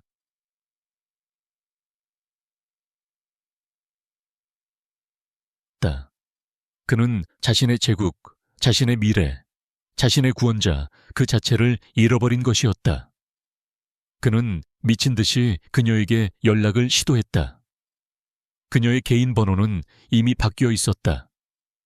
이지스 컨설팅 대표실로 수십 통의 전화를 걸었지만 기계적인 목소리의 비서는 일정상 통화가 어렵다는 말만 되풀이했다. 그는 비서에게 자신이 강민혁이라고 밝혔지만 비서의 목소리는 조금도 달라지지 않았다. 그는 그녀를 직접 만나야겠다고 결심했다. 그는 그녀가 기조 연설자로 참석하는 글로벌 경제 리더스 포럼이 열리는 호텔로 향했다. 그는 더 이상 이 행사의 VVIP가 아니었기에 겨우 얻은 일반 입장권을 들고 행사장 구석에 초라하게 서 있었다. 그리고 그는 보았다. 수백 명의 청중이 숨을 죽인 채 그녀의 연설에 빠져드는 모습을. 그녀는 위기 속의 리더십과 전략적 의사결정이라는 주제로 자신이 겪었던 그러나 미래 그룹을 직접 언급하지는 않은 사례들을 냉철하게 분석하며 청중을 압도했다. 연설이 끝나고 기립박수가 터져 나왔다. 한지원은 단상에서 내려왔고 수많은 재계 인사와 기자들이 그녀를 둘러쌌다. 그녀는 그들 하나하나와 눈을 맞추며 여유롭고 전문적인 태도로 대화를 나누고 있었다. 강민혁은 그 모습을 보며 질투와 열등감에 사로잡혔다. 저 자리는 원래 자신의 자리였다. 저 모든 환호와 존경은 자신이 받아야 할 것이었다. 그는 이 모든 것을 그녀가 훔쳐갔다고 생각했다. 그는 더 이상 참지 못했다. 그는 인파를 헤치고 그녀에게 다가갔다.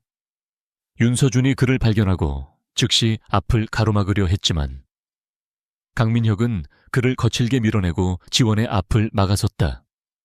지원 씨, 아니 한지원 대표, 나랑 잠깐 얘기 좀 해. 그의 목소리는 술기운과 절박함으로 쉬어 있었다. 주변이 순간 조용해졌다. 사람들은 미래그룹의 몰락한 총수와 현재 가장 빛나는 여성 리더의 뜻밖의 대면에 숨을 죽였다. 한지원은 조금도 놀라지 않았다. 그녀는 윤서준에게 손짓으로 괜찮다는 신호를 보냈다. 그리고는 강민혁을 바라보았다. 그 시선은 차가운 얼음벽 그 자체였다. 그 안에는 분노도, 연민도, 심지어 경멸도 없었다. 완벽한 무우우였다. 마치 길가의 돌멩이를 보는 듯한, 혹은 귀찮은 자원 장애물을 만난 듯한 시선이었다. 강민혁은 그 시선에 심장이 얼어붙는 것 같았다. 그는 자신이 이 순간 그녀의 세상에서 완벽하게 지워졌음을 깨달았다. 하지만 그는 물러설 수 없었다. 이것이 마지막 기회였다. 그는 자신의 남은 자존심을 모두 버리고 매달렸다. 지원아, 아니, 한 대표, 내가 다 잘못했어. 내가 어리석었어. 당신이 얼마나 대단한 사람인지 몰랐어. 그의 목소리는 점점 더 절박해졌다. 우리 과거가 있잖아. 우리가 함께한 세월이 10년이야. 제발, 나한테 기회 한 번만 더 줘. 내가 다 버리고 당신한테 갈게. 우린 다시 시작할 수 있어. 우리가 힘을 합치면. 그의 말은 공허한 변명에 불과했다. 그의 말투는 여전히 사과라기보다는 자신의 필요에 의한 거래를 제한하는 과거의 습관적인 명령조가 섞여 있었다. 그는 기회를 달라고 말했지만 그것은 그녀의 용서를 구하는 것이 아니라 자신의 재기를 위해 그녀의 능력을 다시 이용하겠다는 선언처럼 들렸다. 그는 여전히 변하지 않았다. 그는 후회하고 있었지만 반성하지는 않았다. 한지원은 그의 구차한 말을 끝까지 끊지 않고 들었다. 주변의 수군거림이 커졌지만 그녀는 미동도 하지 않았다. 강민혁이 말을 마치고 그녀의 대답을 갈망하는 눈빛으로 서 있을 때 그녀가 드디어 입을 열었다. 그녀의 목소리는 포럼 연설 때와 마찬가지로 또렷하고 냉정했으며 공적인 울림을 가지고 있었다. 강민혁 고문님, 그녀는 정확하게 그의 현재 직함을 불렀다. 고문이라는 단어는 강민혁의 뺨을 후려치는 소리보다 더 아프게 그의 가슴을 찔렀다. 만약 업무적인 용무로 저를 찾으신 거라면 제 비서실을 통해 정식으로 약속을 잡아주시기 바랍니다. 그녀는 그 말을 끝으로 더 이상 그에게 눈길 한번 주지 않았다. 그녀는 가볍게 고개를 숙여 주변 사람들에게 양해를 구하는 제스처를 취한 뒤 그를 그대로 지나쳐 걸어갔다. 그녀의 발걸음은 망설임이 없었다. 윤서준과 경호원들이 즉시 그녀의 앞길을 열었고 그녀는 마치 강민혁이 그곳에 존재하지 않았던 것처럼 유유히 행사장을 빠져나갔다. 강민혁은 텅 빈 공간에 홀로 남겨졌다. 그는 얼어붙은 채 서 있었다. 주변 사람들의 동정 어린 혹은 비웃는 듯한 시선이 그의 온몸에 꽂혔다. 비서실을 통해 정식으로 약속을 잡아라. 그것은 그녀가 그에게 내린 최종 판결이었다.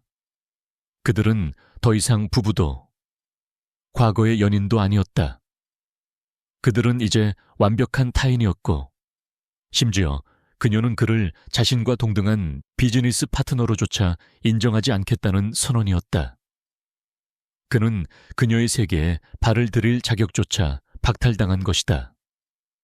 그는 자신이 지독한 후회 속에서 평생을 살아야 한다는 것을, 그리고 그 후회조차 그녀에게는 아무런 의미가 없다는 것을 깨달았다.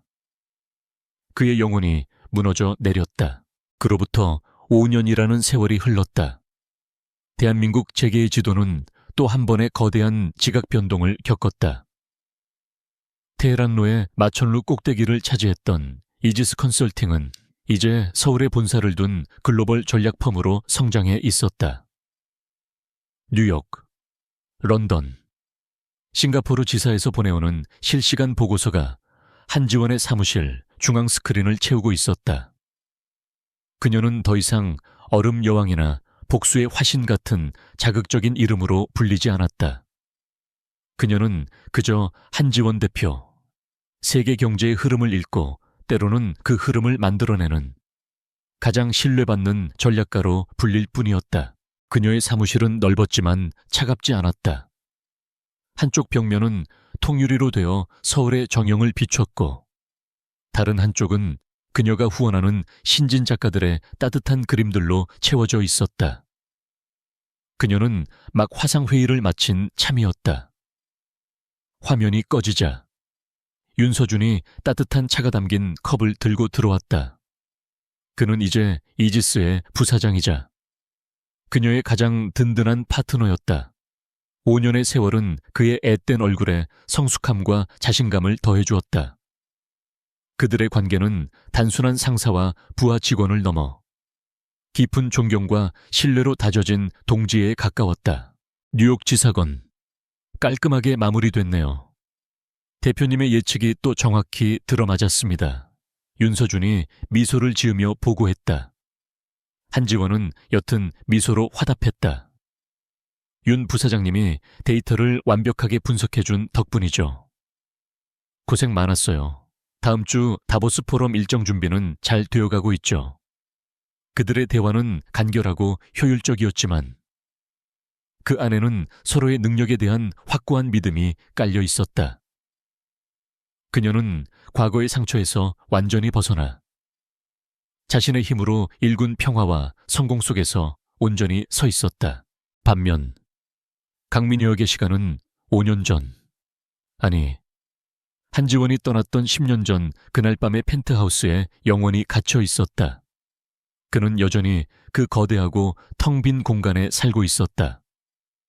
미래그룹 고문이라는 직함은 사실상 그의 사회적 사망 선고와 다름없었다. 아버지 강만철 회장은 아들이 저지른 배임과 횡령의 흔적을 지우기 위해 막대한 사죄를 출연해야 했고 그 대가로 강민혁의 모든 의결권과 경영 참여 권한을 박탈했다. 미래그룹은 강만철 회장의 비상경영 체제 아래 피나는 구조조정을 거쳐 겨우 안정을 되찾았지만 강민혁은 그 과정에서 완벽하게 배제되었다. 그는 유령이었다. 자신의 제국이었던 미래그룹 본사에 그의 자리는 없었다. 이사회 임원들은 그를 보면 껄끄러운 듯 피했고 직원들은 그를 전첸 회장님이라 부르며 두려워하면서도 경멸했다.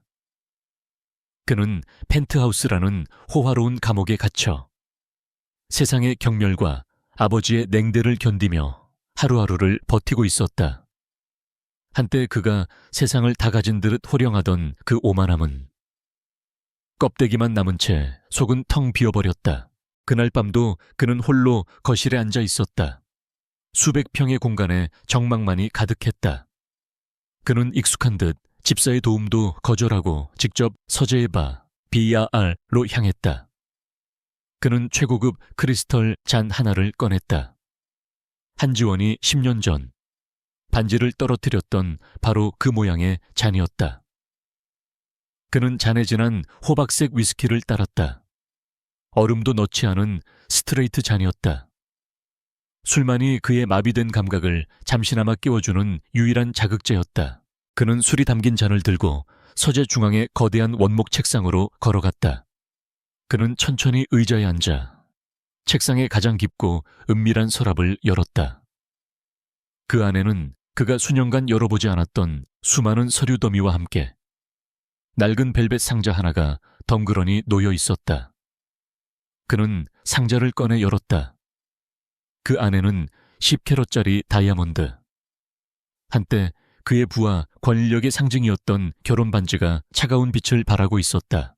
그는 그날 밤 한지원이 떠난 직후 비서를 시켜 바닥에 흩어진 유리 조각들 사이에서 이 반지를 찾아오게 했다.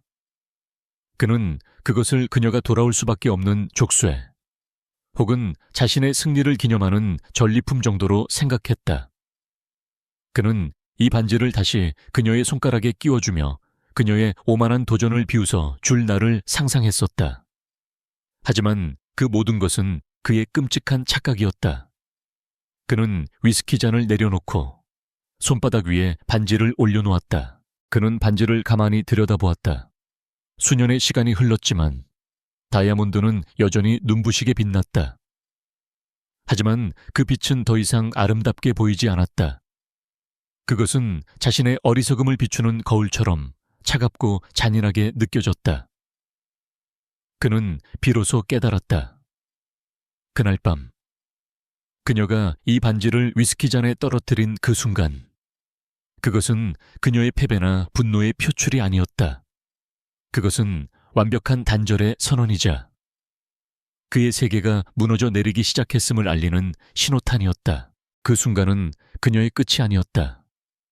그녀는 그 반지를 버림으로써 과거와 자신을 속박하던 모든 것을 끊어내고 자유로워졌다. 반대로 그 순간은 바로 그 자신의 끝이었다. 그는 그녀가 사라진 빈자리를 다른 어떤 것으로도 채울 수 없었다. 김소라 같은 공허한 여자들도, 그가 집착했던 권력도, 심지어 아버지의 인정조차도 한지원이 묵묵히 채워주던 그의 가장 치명적인 약점과 무능함을 가려주지 못했다. 그의 후회는 단순히 사랑했던 여인을 잃은 감상적인 슬픔이 아니었다. 그는 한지원을 진심으로 사랑했던 적이 없었는지도 모른다. 그는 자신보다 뛰어난 그녀의 능력을 두려워했고 그 두려움을 경멸이라는 감정으로 포장해 그녀를 짓밟았다. 그의 후회는 자신의 가장 강력한 무기이자 유일한 방패였던 한지원이라는 전략가를 제 손으로 파괴한 어리석은 지휘관의 뼈아픈 통탄이었다. 그는 자신이 그녀를 잃은 것이 아니라 그녀가 가져다 줄 수 있었던 미래를 잃어버렸음을 깨달았다. 만약 그가 그녀의 조언을 경청했더라면, 그녀의 능력을 인정하고 존중했더라면 미래그룹은 지금쯤 대연을 넘어 아시아 최고의 기업이 되었을지도 모른다.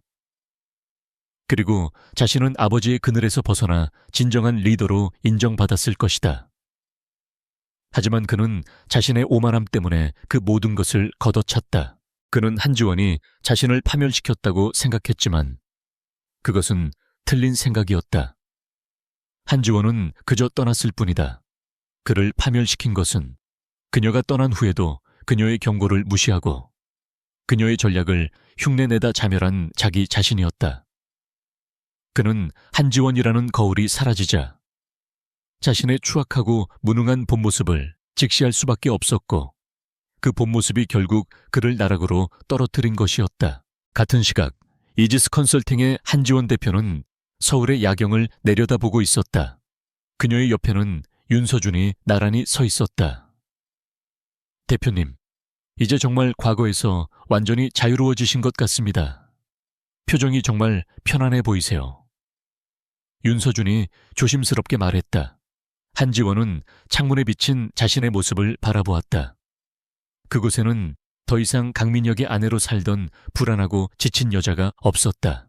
그녀는 고개를 끄덕였다. 자유는 누가 주는 게 아니더군요. 스스로 쟁취하는 거였어요. 그리고 과거를 버린다는 건 과거를 잊는 게 아니라 더 이상 그 과거가 현재의 나를 흔들지 못하게 만드는 거였어요. 그녀는 강민혁을 떠올렸지만 이제 그 이름은 그녀의 마음에 어떤 파문도 일으키지 못했다.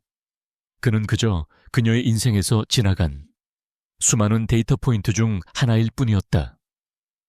그녀는 새로운 미래를 향해 시선을 돌렸다. 다시 텅 빈 펜트하우스. 강민혁은 차갑게 식은 위스키 잔을 쥐고 있었다. 그는 손바닥 안의 반지를 다시 벨벳 상자에 넣어 서랍 깊숙이 밀어 넣었다. 하지만 그는 알고 있었다. 그 반지를 서랍 속에 가둔다고 해서 그날의 기억이 사라지는 것은 아니라는 것을. 그는 책상에 엎드려 흐느꼈지만 눈물은 나오지 않았다. 그의 눈물샘은 이미 오래전에 말라버렸다. 창밖으로 도시의 불빛이 화려하게 빛나고 있었지만 그 빛은 펜트하우스 안에 어둠을 밝혀주지 못했다. 강민혁은 앞으로 남은 평생을 이 거대한 감옥에서 그날 밤 그녀가 던진 반지와 함께 살아가야 할 것이다. 그녀는 과거를 버리고 미래로 나아갔지만 그는 그녀가 버린 그 과거에 붙잡혀 영원히 홀로 남겨졌다. 후회. 그것이 그에게 남겨진 유일한 동반자이자 그가 치러야 할 평생의 형벌이었다.